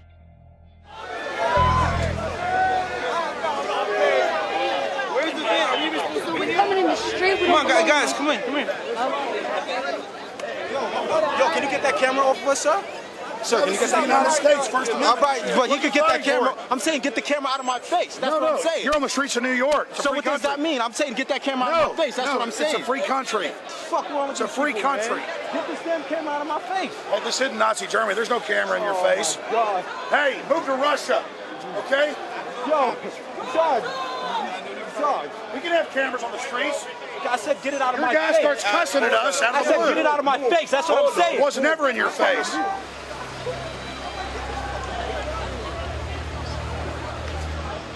Yo.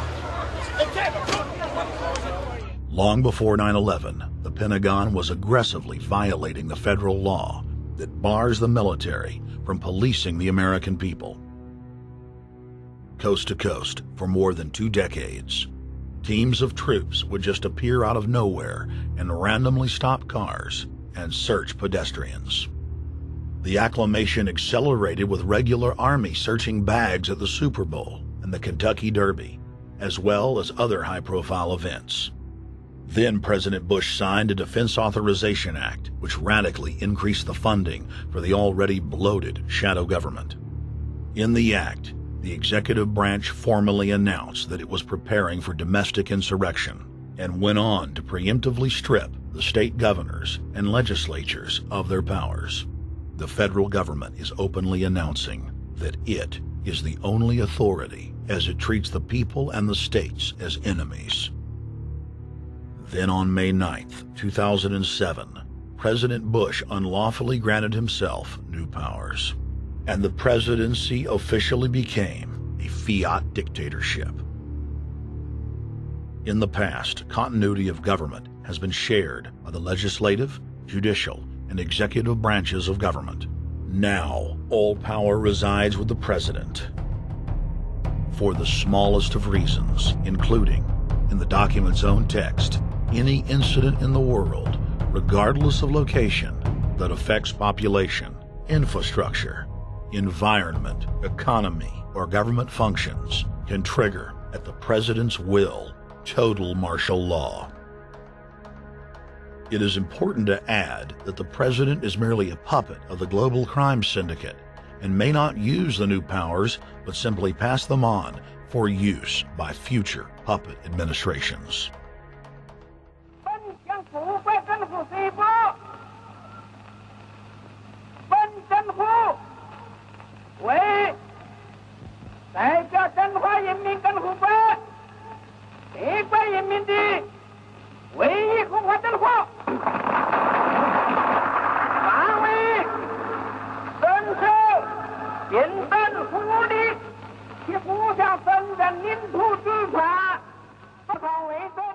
Приобретена эта победа.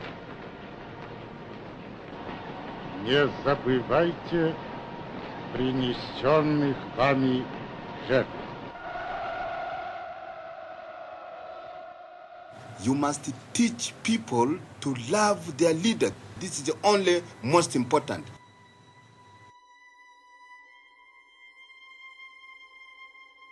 Why don't we learn from the mistakes of our ancestors?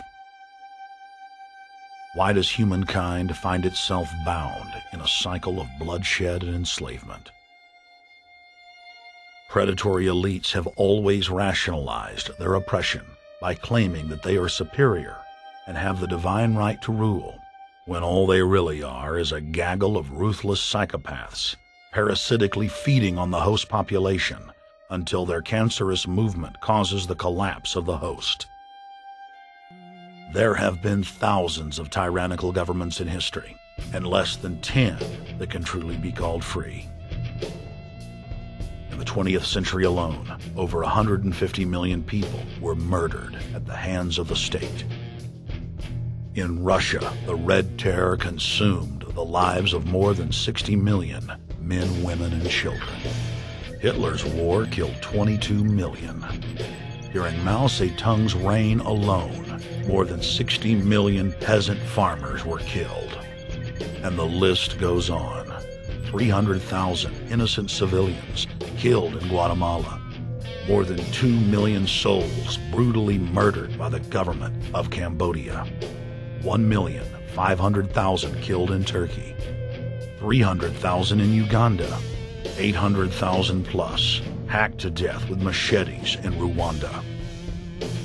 Sadly, there are too many examples of innocent families being exterminated by their governments on an industrial scale to name them all. It is a historical fact that the state is the #1 cause of unnatural death. If you take the 150 million people killed by power-mad government in the last century and divide it by 100,000, the number of souls lost would fill the biggest sports stadium, packed with 100,000 screaming fans, 1,500 times over. That's 1,500 sports stadiums, crammed with 100,000 people each, all exterminated.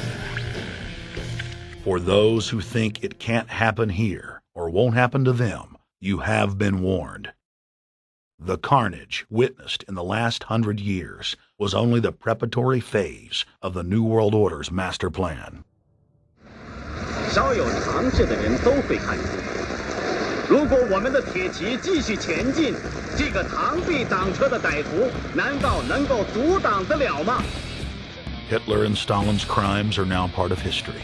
But the communist Chinese system of evil is not content with racking up the highest death toll in history.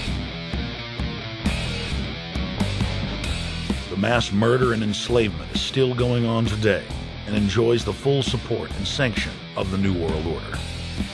摄像机拍下的这个画面，同西方某些国家的宣传恰恰相反，正好说明了我们的军队 Communist China serves as a globalist laboratory, a proving ground where 1.4 billion people live out their lives as guinea pigs who serve as test subjects for the formulation of the brave new world. U.S. and British forces worked closely with Mao Zedong during World War II, and at the end of the war, they secretly backed Mao in driving out Chiang Kai-shek and the Nationalists. The OSS, and then the CIA, believed that Mao would have a stabilizing effect. Bill Clinton's mentor and Georgetown University political science professor Carol Quigley explained in his book, Tragedy and Hope, how the Anglo-American Roundtable groups backed every brand of authoritarianism, from communism to fascism, to ensure that a centralized government dominates the population and the economy as planned. The elite are monopoly men. They seek to create monopolies and dominate populations through the barrel of a gun. In their writings, the leadership of the New World Order has continuously heaped praise on the corrupt communist Chinese model.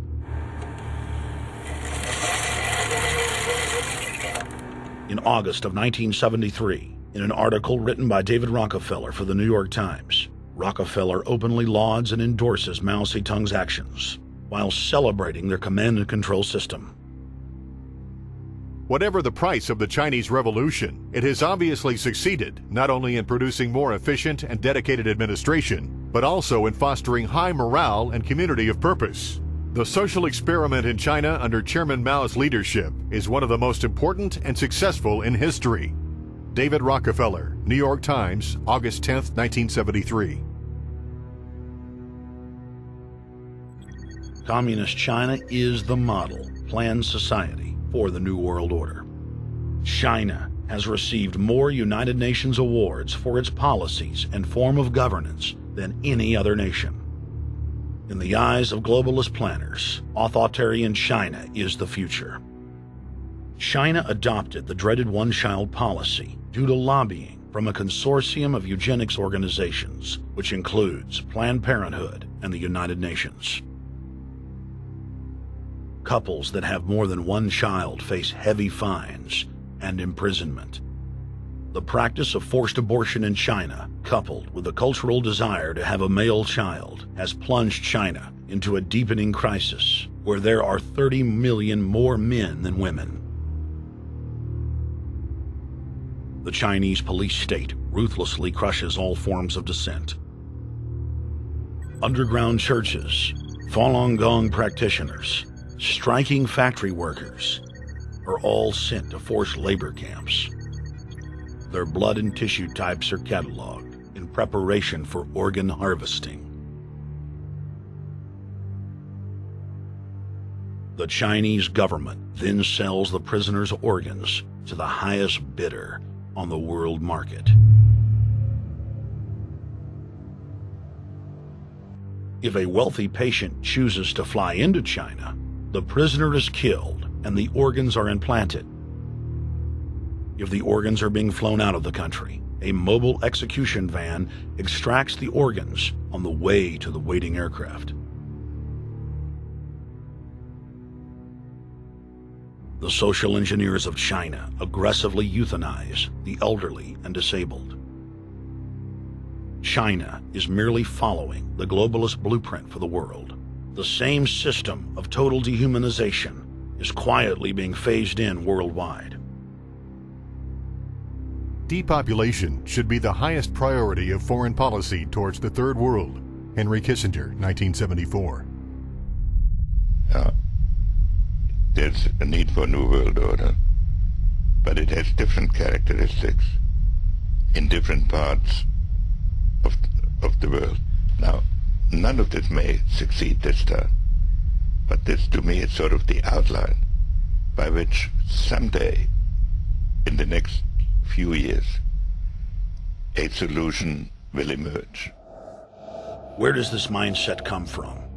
Why do the elites kill the largest masses of people when no one is resisting them, when they've already attained total control? What ideology drives the elite psychopath?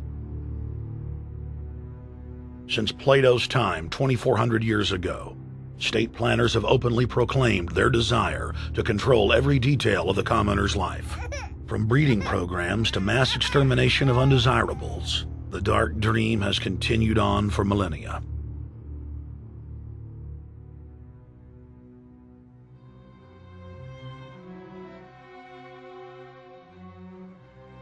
The scientific rationale for tyranny has always been attractive to elites because it creates a convenient excuse for treating their fellow man as lower than animals.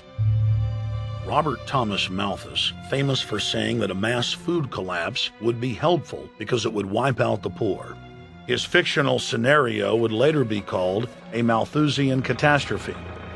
Malthus is important because his ideas led to the rise of a new scientific field that would dominate the course of human history for the next 200+ years. Charles Darwin, an admirer of the Malthusian catastrophe model, developed the theory of evolution, its chief tenet being the survival of the fittest.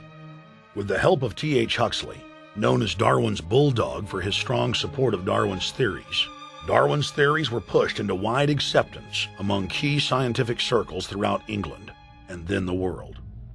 Darwin's cousin, Francis Galton, credited as the father of eugenics, saw an opportunity to advance mankind by taking the reins of Darwin's evolution theory and applied social principles to develop social Darwinism.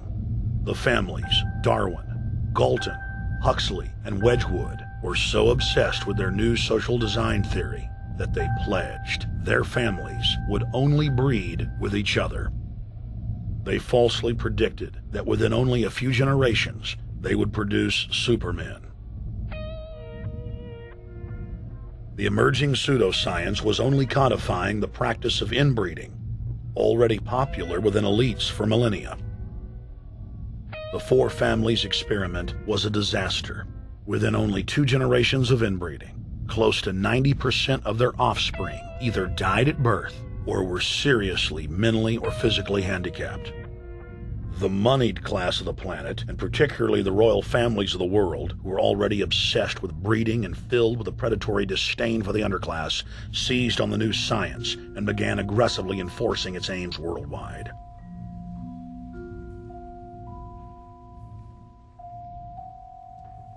Biometrics appears to be a new science, but it was actually developed by Galton back in the 1870s as a way to track racial traits and genetic histories, and as a way to decide who would be licensed to breed. In 1904, the Cold Springs Harbor Research Facility was started in the United States by eugenicist Charles Davenport with the funding of prominent robber barons Carnegie, Rockefeller, and Harriman. In 1907, the first sterilization laws were passed in the United States. Citizens with mild deformities or low test scores on their report cards were arrested and forcibly sterilized. You're 17, aren't you, Alice? Yes, but what have you done with my folks? Well, we're trying to help them, Alice, and you too. They were taken to the hospital this afternoon. Hospital? Wasn't none of them sick this morning? We thought it necessary to present your family's case to the State Medical Commission. After an examination, they decided there was but one important action to take: to have your entire family sterilized. Why, what's that? I don't know what you're talking about. Now, in this state, we have a law which provides for such people to have an operation so there won't be any more children. I see. Now, we've placed your brothers in institutions where they'll be properly cared for. You can go back to your job soon. I'll arrange to have it held open for you. But I'm keeping my job. I'm not going anywhere. Now, you're going to the hospital too, Alice. And you mean they're going to stop me from having children ever? Exactly. I'm all right, I tell you. I won't go to any hospital. We don't want any trouble with you, young woman. If you refuse to go, the officer here will take you by force. In 1910, the U.S. Eugenics Record Office was set up. By then, the British had created the first network of social workers, expressly to serve as spies and enforcers of the eugenics race cult that was rapidly taking control of Western society. The social workers would decide who would have their children taken away, who would be sterilized, and in some cases, who would be quietly murdered.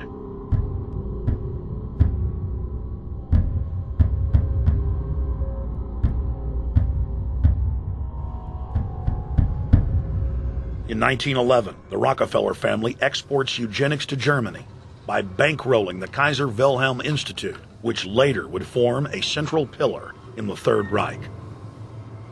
At the 1912 International Eugenics Conference in London, eugenics becomes an international craze and gains superstar status. The futurist and best-selling sci-fi author H.G. Wells had studied biology under top eugenicists and was spreading the new faith worldwide. In 1916, H.G. Wells' lover, Margaret Sanger, starts her promotion of eugenics in the United States. In 1923, Sanger receives massive funding from the Rockefeller family.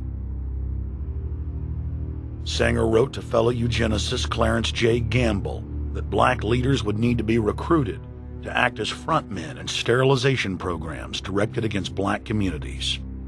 In 1924, Hitler pens Mein Kampf, or My Struggle, and credits U.S. eugenicist as his inspiration. Hitler even wrote a fan letter to American eugenicist and conservationist Madison Grant, calling his race-based book, The Passing of the Great Race, his Bible. Hitler developed the plan for mass extermination of the Jews and what he called other sub-races, as well as the handicapped, from Grant. By 1927, eugenics hit the mainstream. The so-called science was aggressively pushed through contests at schools, churches, and at state fairs. Churches competed in contests with big cash prizes to see who could best implement eugenics into their sermons. Major denominations then tell Americans that Jesus is for eugenics. That same year in the United States, more than 25 states passed forced sterilization laws, and the Supreme Court ruled in favor of brutal sterilization policies. When Hitler came to power in 1933, one of his first acts was to pass national eugenics laws, modeled after laws in the United States.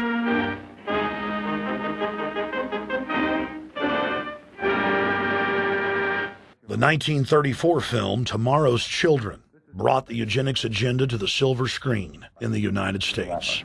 In the case of Miss Mason, I can see no reason for the operation that's been recommended. The girl is perfectly normal. She's hard-working and has a good reputation. Do you know anything about her family background? Oh, yes, Your Honor, I do. There are several other children, aren't there? Yes. What is their condition? One is a cripple. Two others might be classed as feeble-minded. Isn't the oldest son in jail? Oh, yes, I believe so. And knowing all that, you still contend that this girl should be allowed to bring more people like that into the world? She's sound, Your Honor. She's not anything like the rest. Surely she should be given a chance to work out her own salvation. I can't agree with you, Doctor. Suppose she is normal. The chances are that her children will inherit the family taint. Isn't that possible? But, Your Honor, I'm sorry, Doctor. 3 generations of unfit are enough. Petition not allowed. By 1936, Germany had become the world leader in eugenics for taking effective actions to sterilize and euthanize hundreds of thousands of victims. The big 3 of American eugenics, Davenport, Laughlin, and Goethe, were dispatched by the Rockefellers to Germany, where they advised the Nazis on the fine-tuning of their extermination system. With the strong support of the U.S. and England, Germany had gone over the edge, and tens of millions would pay with their lives. At the end of the war, the Allies protected from prosecution the very Nazi scientist that had tortured thousands of people to death. The Nazi brand of eugenics had embarrassed the elites, but they had no intention of stopping their plans. The Allies literally fought with each other over who would get top Nazi eugenicist. It didn't matter if the SS doctors had tortured tens of thousands to death. They were free to go. The Angel of Death, Joseph Mengele, and his boss, Ottmar von Verscher, were not prosecuted, and von Verscher even continued his work in Germany after the war. Eugenicists were angry that their great work had been exposed. They then scrambled to camouflage their agenda. Eugenics Quarterly became Social Biology.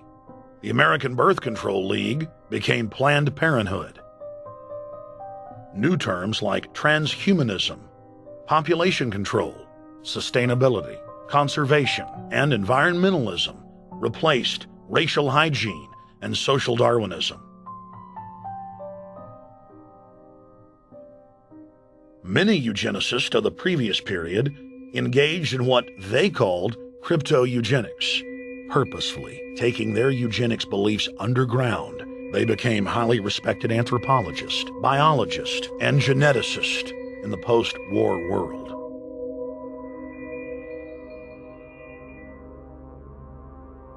The Allies then smuggled thousands of Nazi scientists out of Germany and placed them in key scientific positions, ranging from bioweapons to rocketry throughout the military-industrial complex. The founder of IBM was a devout follower of Hitler. Thomas J. Watson had supplied his punch card computers and IBM technicians to the Nazis for use in the death camps. Tattoos on camp victims were IBM human identification numbers, which fed into the computers. IBM had used similar punch card systems as early as 1928 in a Jamaican race mixing study. The first real computers were literally invented by a eugenicist for eugenics. UN chieftain and unrepentant eugenicist Julian Huxley argued that since the leaders of eugenics had founded the environmental and conservation movements, that they should be used as vehicles in the formation of a world government. Just as H.G. Wells had envisioned, this government would be controlled by a scientific dictatorship and would be guided by the principles of eugenics. Huxley created the World Wildlife Fund with Bilderberg founder and former SS officer Prince Bernhard of the Netherlands and Prince Philip of England. In the event that I am reincarnated, I would like to return as a deadly virus in order to contribute something to solve overpopulation. Prince Philip, reported by Deutsche Presse-Agentur, DPA, August 1988.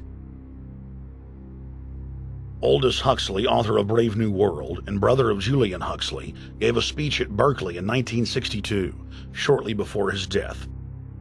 He admitted that his best-selling book, Brave New World, written in 1932, was based not on fiction, but on what the elite were actually planning to implement.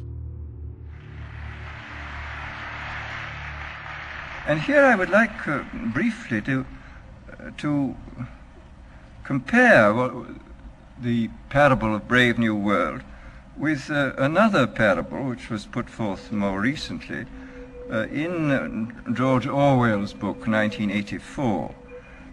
I'm inclined to think that the scientific dictatorships of the future, and I think there are going to be scientific dictatorships in many parts of the world, will be probably a good deal nearer to the Brave New World pattern than to the 1984 pattern. They will be a good deal nearer, not because of any humanitarian qualms in the scientific dictators, but simply because the Brave New World pattern is probably a good deal more efficient than the other.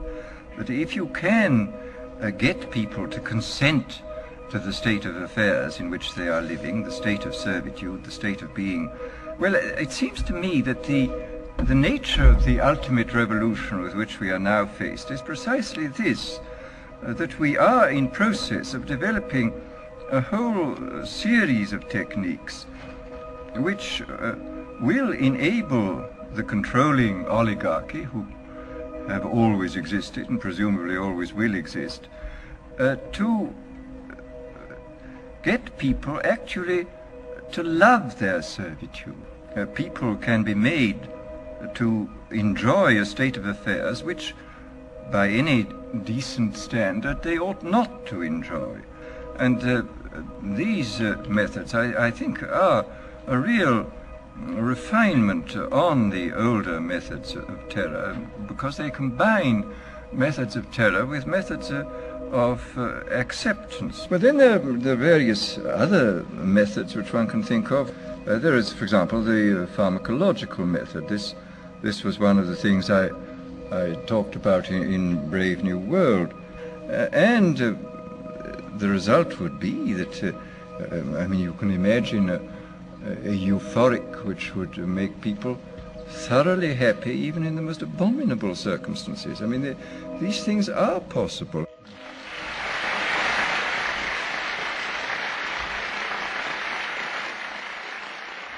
The elite have left a massive wave of destruction behind them as they cold-bloodedly experiment on civilian populations as if we are lab rats. A string of congressional investigations has uncovered more than 20,000 secret tests that were carried out against the American people between 1910 and 2000. One well-known eugenics study, the Tuskegee Syphilis Project, killed hundreds of blacks and spanned 40 years until whistleblowers exposed it in 1972. From 1943 until present, the British have tested lethal nerve gas on their own personnel, on land, air, and sea. Many died instantly. Still others died grueling deaths over several years. The federal government commissioned secret radiation experiments on thousands of non-consenting patients. Hundreds of hospitals in the U.S. injected healthy men, women, and children with uranium and plutonium at dosage levels ranging from non-therapeutic to lethal, killing many of the test subjects. Pregnant wives of GIs were given vitamins by base doctors that actually consisted of highly radioactive uranium-239 and plutonium-241, resulting in violent miscarriages and the death of the mothers.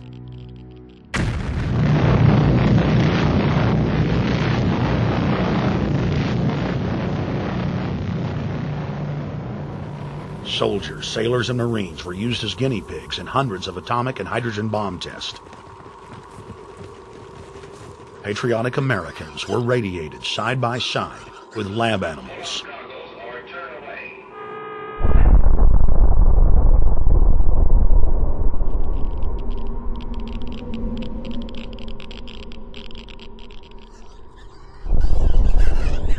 Pilots were forced to repeatedly fly through mushroom clouds of DNA-destroying radiation.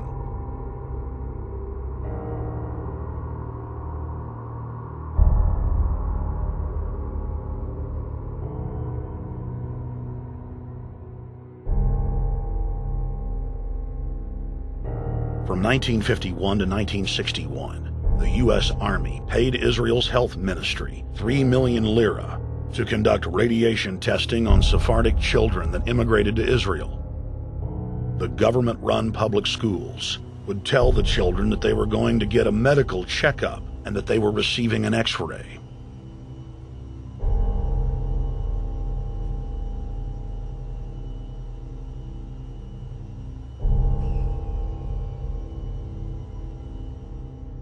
The Pentagon had already radiated more than 4,000 institutionalized children in the United States, many of which had died. More than 110,000 of the darker-skinned Jews were given 35,000 times the maximum dose of X-rays to the head repeatedly.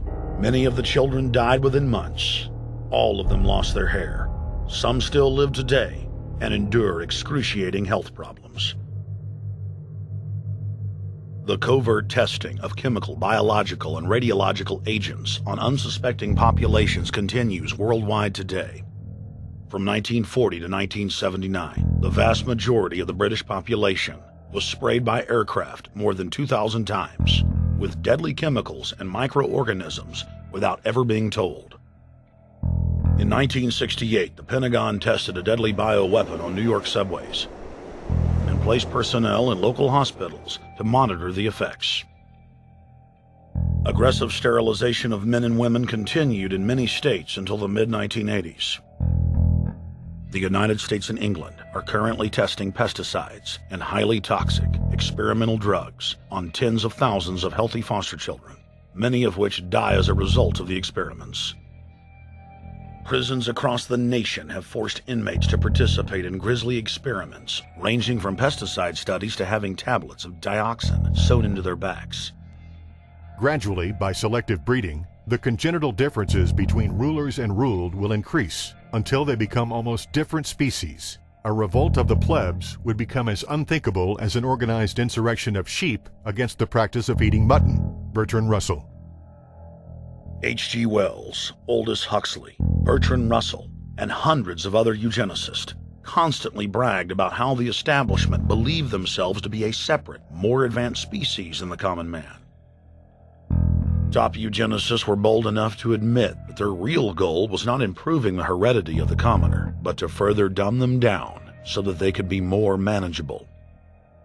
Nobel Prize winner Russell wrote at length about how vaccinations filled with mercury and other brain-damaging compounds would induce partial chemical lobotomies and develop a servile zombie population. Diet, injections, and injunctions will combine from a very early age to produce the sort of character and the sort of beliefs that the authorities consider desirable, and any serious criticism of the powers that be will become psychologically impossible. Bertrand Russell. Over 100 years ago, eugenicist social planners said that they'd use mind-altering drugs to control the population. By 2007, more than 20% of the U.S. population were on some type of prescription antidepressant. But in the case of foster children, a sector where the state has total control, at least 2/3 are forced to take a cocktail made up of, on average, 7 psychotropic drugs. Chairman of the Texas Society of Psychiatric Physicians, Joe Burkett, testified before the State House Select Committee hearing on psychotropic drugs in foster care and shocked the public when he said that 2/3 of foster children in Texas had been placed on psychiatric drugs because they were very, very sick from a bad gene pool. A lot of these kids come from bad gene pools. They don't have stable parents making good decisions. Besides the gene pools, they've then been traumatized by abuse, neglect, and problems, and then they've been traumatized by separation, and all those things predispose to mental illness. The Western world is now implementing eugenics pre-crime policies. Fetuses are now being pre-screened according to family histories of crime. From Portland, Oregon to London, England, Child Protective Services are enrolling newborn children into criminal databases at birth and forcing them to attend probation hearings at age 2.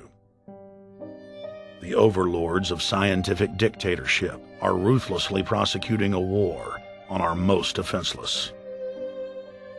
In December of 1974, the U.S. government made Third World population reduction a central national security issue. The operation plan, titled National Security Study Memorandum 200, was simply a regurgitation of the British Commission on Population created by King George VI of England in 1944, which openly stated that populous Third World nations posed a threat to the international elite's monopoly of global power. The Kissinger-authored U.S. plan targeted 13 key countries where massive population reduction was called for. Kissinger recommended that IMF and World Bank loans be given on condition that nations initiate aggressive population control programs, such as sterilization. Kissinger also recommended that food be used as a weapon, and that instigating wars was also a helpful tool in reducing population. In 1972, the Nixon White House also implemented a eugenics policy which was directed by George Herbert Walker Bush, then United States Ambassador to the United Nations. Bush advised China on the formulation of their one-child policy and directed the federal government to forcibly sterilize more than 40% of Native American women on reservations. The Bilderberg-dominated Club of Rome advocated environmentalism as the best front to implement population reduction. Western populations would accept serfdom if it was packaged as saving the earth.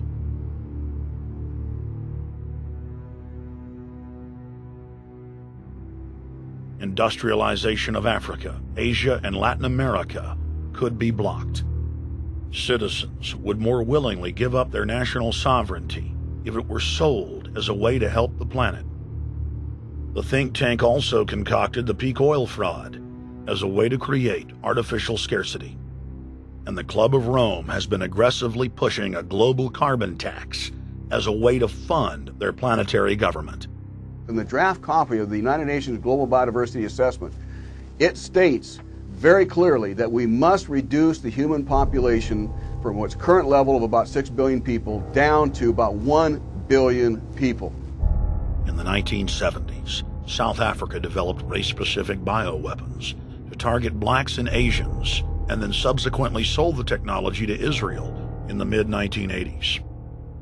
In September of 2000, the Project for a New American Century published a document in which Dick Cheney described race-specific bioweapons as politically useful tools. And somebody mentioned, well, why would they want to reduce the human population when that means less money for them? Most people have no idea. They're not after money. They have all the money they need. They're after power. That's their aphrodisiac. The overlords of the New World Order are now aggressively pushing for a worldwide one-child policy. The Chinese one-child policy was phased in gradually. In the 60s, when it began, you only had to pay a tax penalty. Only later did they imprison you if you had more than one child. Now the exact same proposals to penalize couples who have more than one child are being made in the United States, England, and Europe. In the push to reduce global warming, children, according to some, are the new culprits. A think tank in the UK says too many kids are what's making the planet worse, saying large families, anything over 2 children really, should be frowned upon as an environmental no-no, akin to not reusing your plastic bags, driving one of those big gas-guzzling cars, taking long trips overseas. The UK, in fact, has negative growth. I think Canada does too. That still, families in our rich countries shouldn't have more than 2 kids. In 1998, Ted Turner pledged to give more than $1 billion to the United Nations to be spent in the implementation of population reduction policies planet-wide.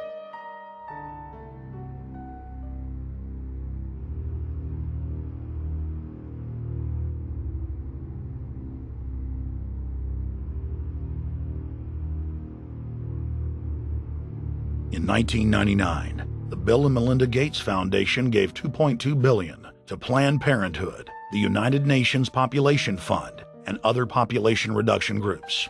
By 2007, the Gates had given more than $30 billion, almost exclusively to population control groups.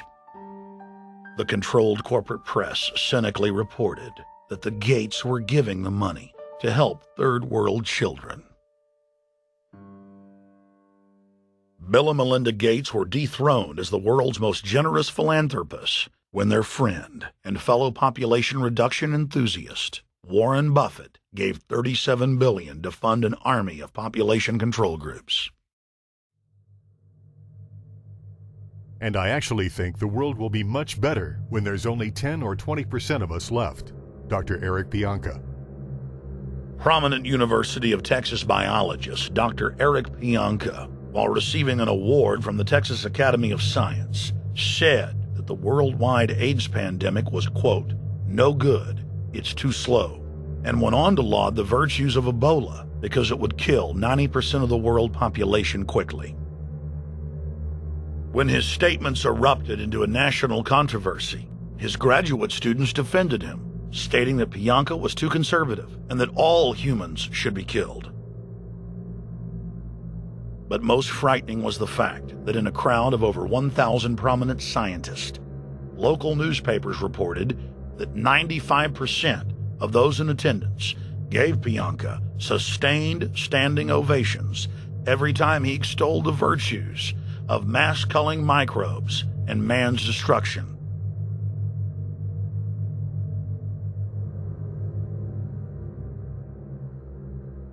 China was able to turn the corner and become the leading world superpower because they have a police state and they are able to force people to stop reproducing. Dr. Eric R. Pianka.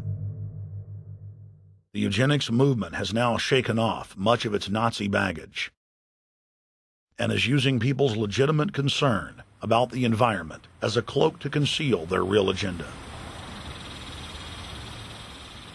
Everyone wants to breathe clean air and have good water. But the controllers of the environmental movement have done nothing but co-opt people's concerns and parlay it into support for global policies that further destabilize the third world and create untold misery. Phony environmental and conservation groups are now the biggest private landowners in the world. They lobby government to take property away from local populations, only to develop it themselves later. When the U.S. military dumps millions of gallons of nerve gas on the east coast of the U.S., they don't say a word. Thousands of companies are creating transgenetic cross-species hybrids, splicing plants, animals, and insects, and releasing the new organisms into the global biosphere, vandalizing the very genetic code of the planet. And large environmental organizations do nothing. The corporate elite of the planet intensified their push for a global taxation system with a year-long build-up to the Live Earth hysteria held on July 7th, 2007 on 7 continents. World leaders announced that saving the Earth was the new organizing principle for humanity and hailed it as the planet's new religion. They claimed that CO2, which plants breathe, was killing the Earth, and that we must reduce the number of children we have to curtail our carbon footprint. Countries across the world marked the day by passing new carbon tax schemes and raising taxes on gasoline, natural gas, and electricity. It is a scientific fact that the sun is the main driver of planetary climate, and the measurements are clear. The sun is becoming hotter, brighter. It has been slowly increasing thermal output in the last 100 years, causing warming not just on Earth, but throughout the solar system. But the scientific facts and even the order of the planets didn't matter to one of the chief organizers of Live Earth, David Mayer de Rothschild, heir to the British arm of the Rothschild fortune, when we spoke to him. When I called Rothschild on the order of the planets, he just laughed, thinking the audience wouldn't get it. He continued to count on the population's ignorance and claimed that the global warming lobby has nothing to do with carbon taxes. I guess he hadn't spoken with his good personal friend, Al Gore. Global warming, the time for debate is over. I think what you have to realize is that being environmentally sensitive and making money aren't mutually exclusive. There's a lot of money to be made in addressing this issue. But you guys are gobbling up all the world's concern to just simply line your pockets and make kids read your book in schools and do all this. It's a business, just like you said, Rothschild. It's not. Do you think I make any money out of this? It's the same thing. It's the same thing your your money-changing ancestors did. They're in Germany, Red Shield, and I'm calling you out, Red Shield. We know it's a scam. A pollution-based tax system, principally CO2. We're causing it mainly, vast majority of it. The consequences are bad and will be catastrophic unless we act. The polar ice caps of Mars are receding at several miles a year, much faster than ours, and that the moons of Saturn and Jupiter are melting. In fact, several of their moons were ice and are now liquid seas. Now, how are SUVs causing that, David Rothschild? That's because those planets are closer to the sun, my friend. No, Jupiter and Saturn are not closer to the sun. Neither is Mars. Yes, sir. I think you'll find, right, that the very simple matter, and what I wanted to say, and this is my final point, forget your taxation theory, because actually it's not taxation. Put a price on the carbon. A tax is the best way. Cap and trade can also do it. If there were a carbon-based tax, would there be a need for an economy-wide cap and trade system? They are not either or. We can do both. I am in favor of both.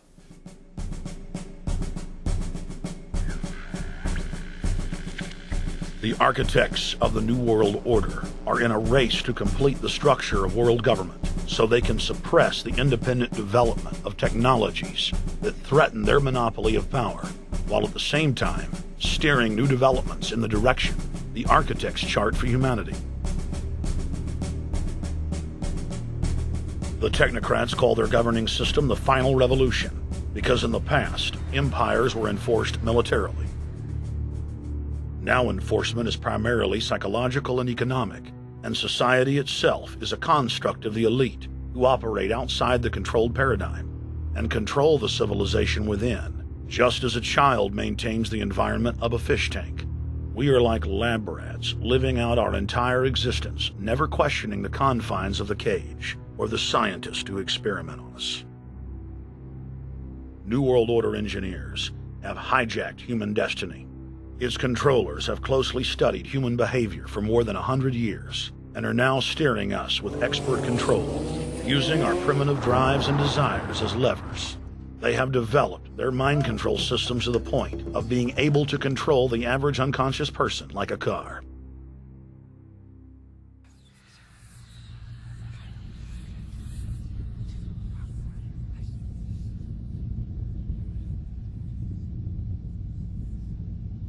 Eugenics dominated the 20th century. Its ruthless spirit has now metastasized into the fields of genetics, nanotech, and robotics. But that's not surprising. From their inception, all three disciplines have been dominated by eugenicists. The billionaire founder of Sun Microsystems, Bill Joy, courageously went public in 2000 to warn of a cancerous consensus among the technocratic elite that at best humanity would be completely enslaved by the year 2030, and at worst, mass extermination of everyone but the elite would take place. A who's who of the techno-elite are members of what is known as the transhumanist or post-humanist movement. Many of its adherents see only the beneficial aspects of technology's exponential rise, like bringing sight to the blind, sound to the deaf, and longer life for all. But what many of them don't know is that master eugenicist Julian Huxley founded transhumanism, and that society's controllers openly admit that the new system is designed to progress into absolute tyranny.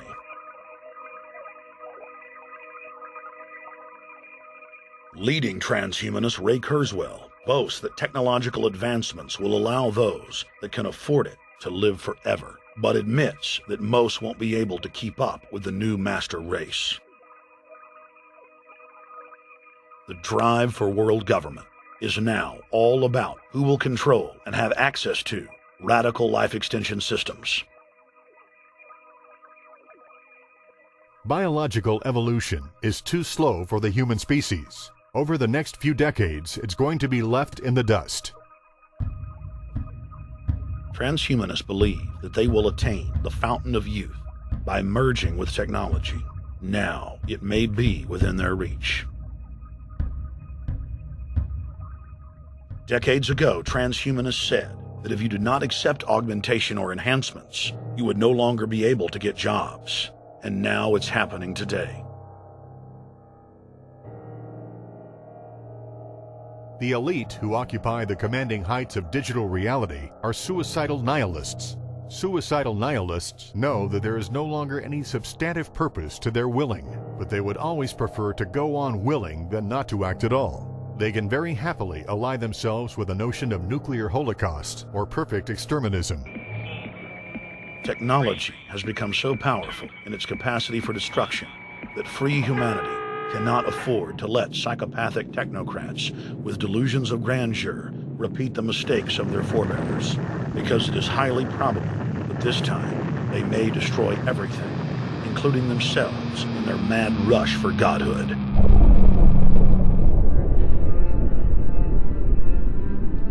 In this film, we have chronicled the Overlord's bloody orgy of experimentation, which already claimed the lives of more than 150 million people in the 20th century. And now, they are promising to deliver an invincible tyranny that will dwarf their past exploits. In the days of World War II, there were sovereign nations and armies to stand against Hitler's final solution. Once world government is in place, no one will be able to stop the New World Order's plans for global population reduction. For those immune to psychological programming, hundreds of FEMA camps have already been built throughout the United States. In their quest for population reduction, no method is off the table. These dark builders intend to release a string of man-made bioweapons plagues, each one worse than the last, while at the same time expanding the police state to enforce an orderly extermination of the population, all in the name of fighting invisible terrorists. And the Georgia Guidestones stand today as a cold testament to the elite's sacred mission. To have a two-class system where the underclass are forced to live as slaves in tiny enclosed cities, while the elite enjoy the land of the earth, evolve into superhumans with the aid of advanced implantable technologies, live eternal lives, and travel throughout the cosmos. This is the promise given to the inner members of the New World Order and the agenda of the Bilderberg Group.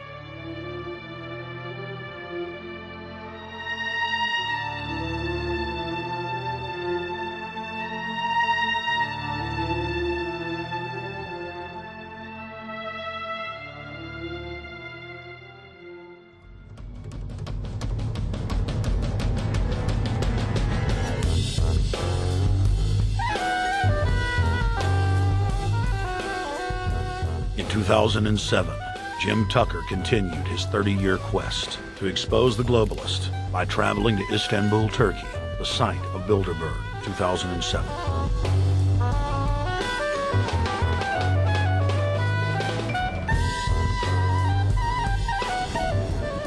Jim Tucker, thank you for coming on, my friend. It's always fun. Jim, tell us what you saw today when you were out at the Ritz Hotel. We were at the Ritz-Carlton. It looked like a typical Bilderberg scenario. They had the armed guards all around the place. They had platoons of cops in formation waiting for the disbursement. They also had cops all the way around the building, and they had all those high-tech things where every member can hear whatever's spoken in any language instantly translated into his own language so they can keep up with it.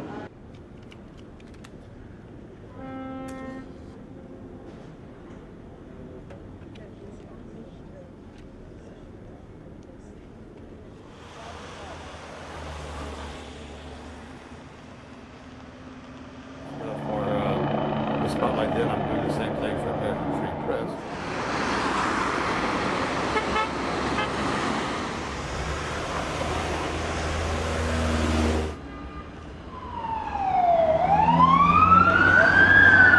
Herhangi bir sorun çıkmıyor. Hey, is the hotel open? Çünkü İngilizce bilen var mı? Ben bilmediğim için. Let's just ask him directly.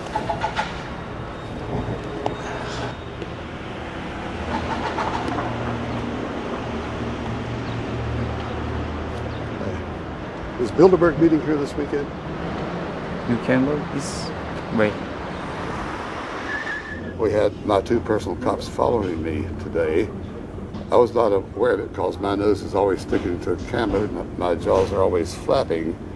But the TV crew said those guys are going to follow you. And their car followed us out to the hotel. Then they identified the two cops in plain clothes, not business suits, but sport shirts and so forth. Yeah. That's the car that's been on our ass? Yeah. I want to photograph him? Yeah. You are, aren't you? Well, they're very likely Bilderberg boys.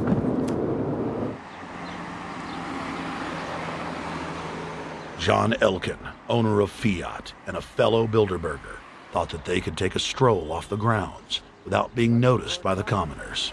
I was thinking about that.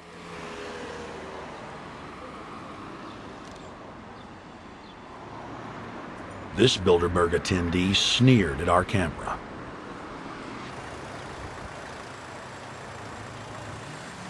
This carload of kingpins gave the media a murderous look and seemed shocked that they would dare point a camera in their direction.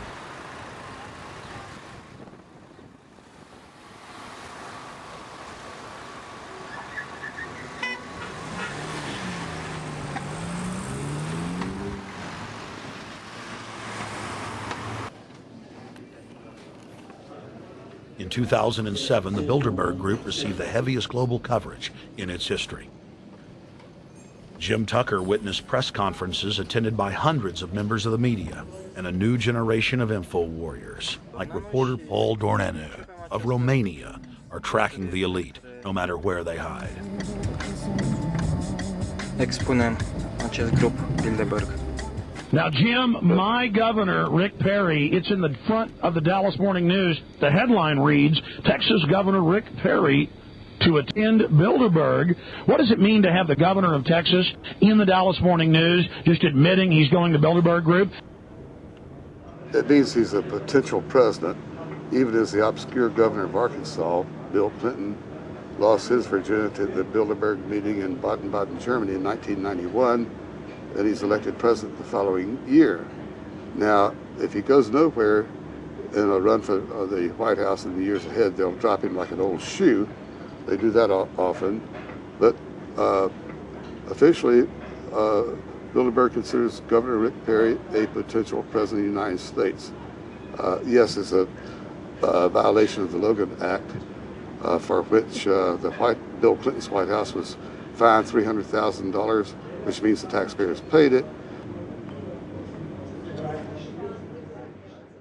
When Perry returned to Texas from Istanbul, we were determined to hold him accountable for his treasonous actions.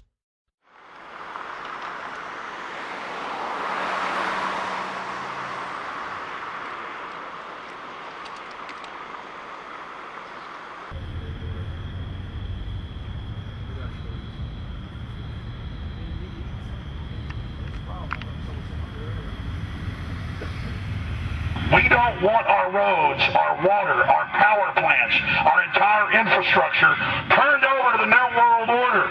And we tell you now, the people are rising up and learning what you're doing, and they're angry. And they're tired of it. Stop enslaving us. Stop setting up tyranny. Stop going along with the New World Order plan if you've got any soul left, Rick Perry. The First Amendment still exists, Perry, and we're back here again tonight telling you we're not going to put up with it. Long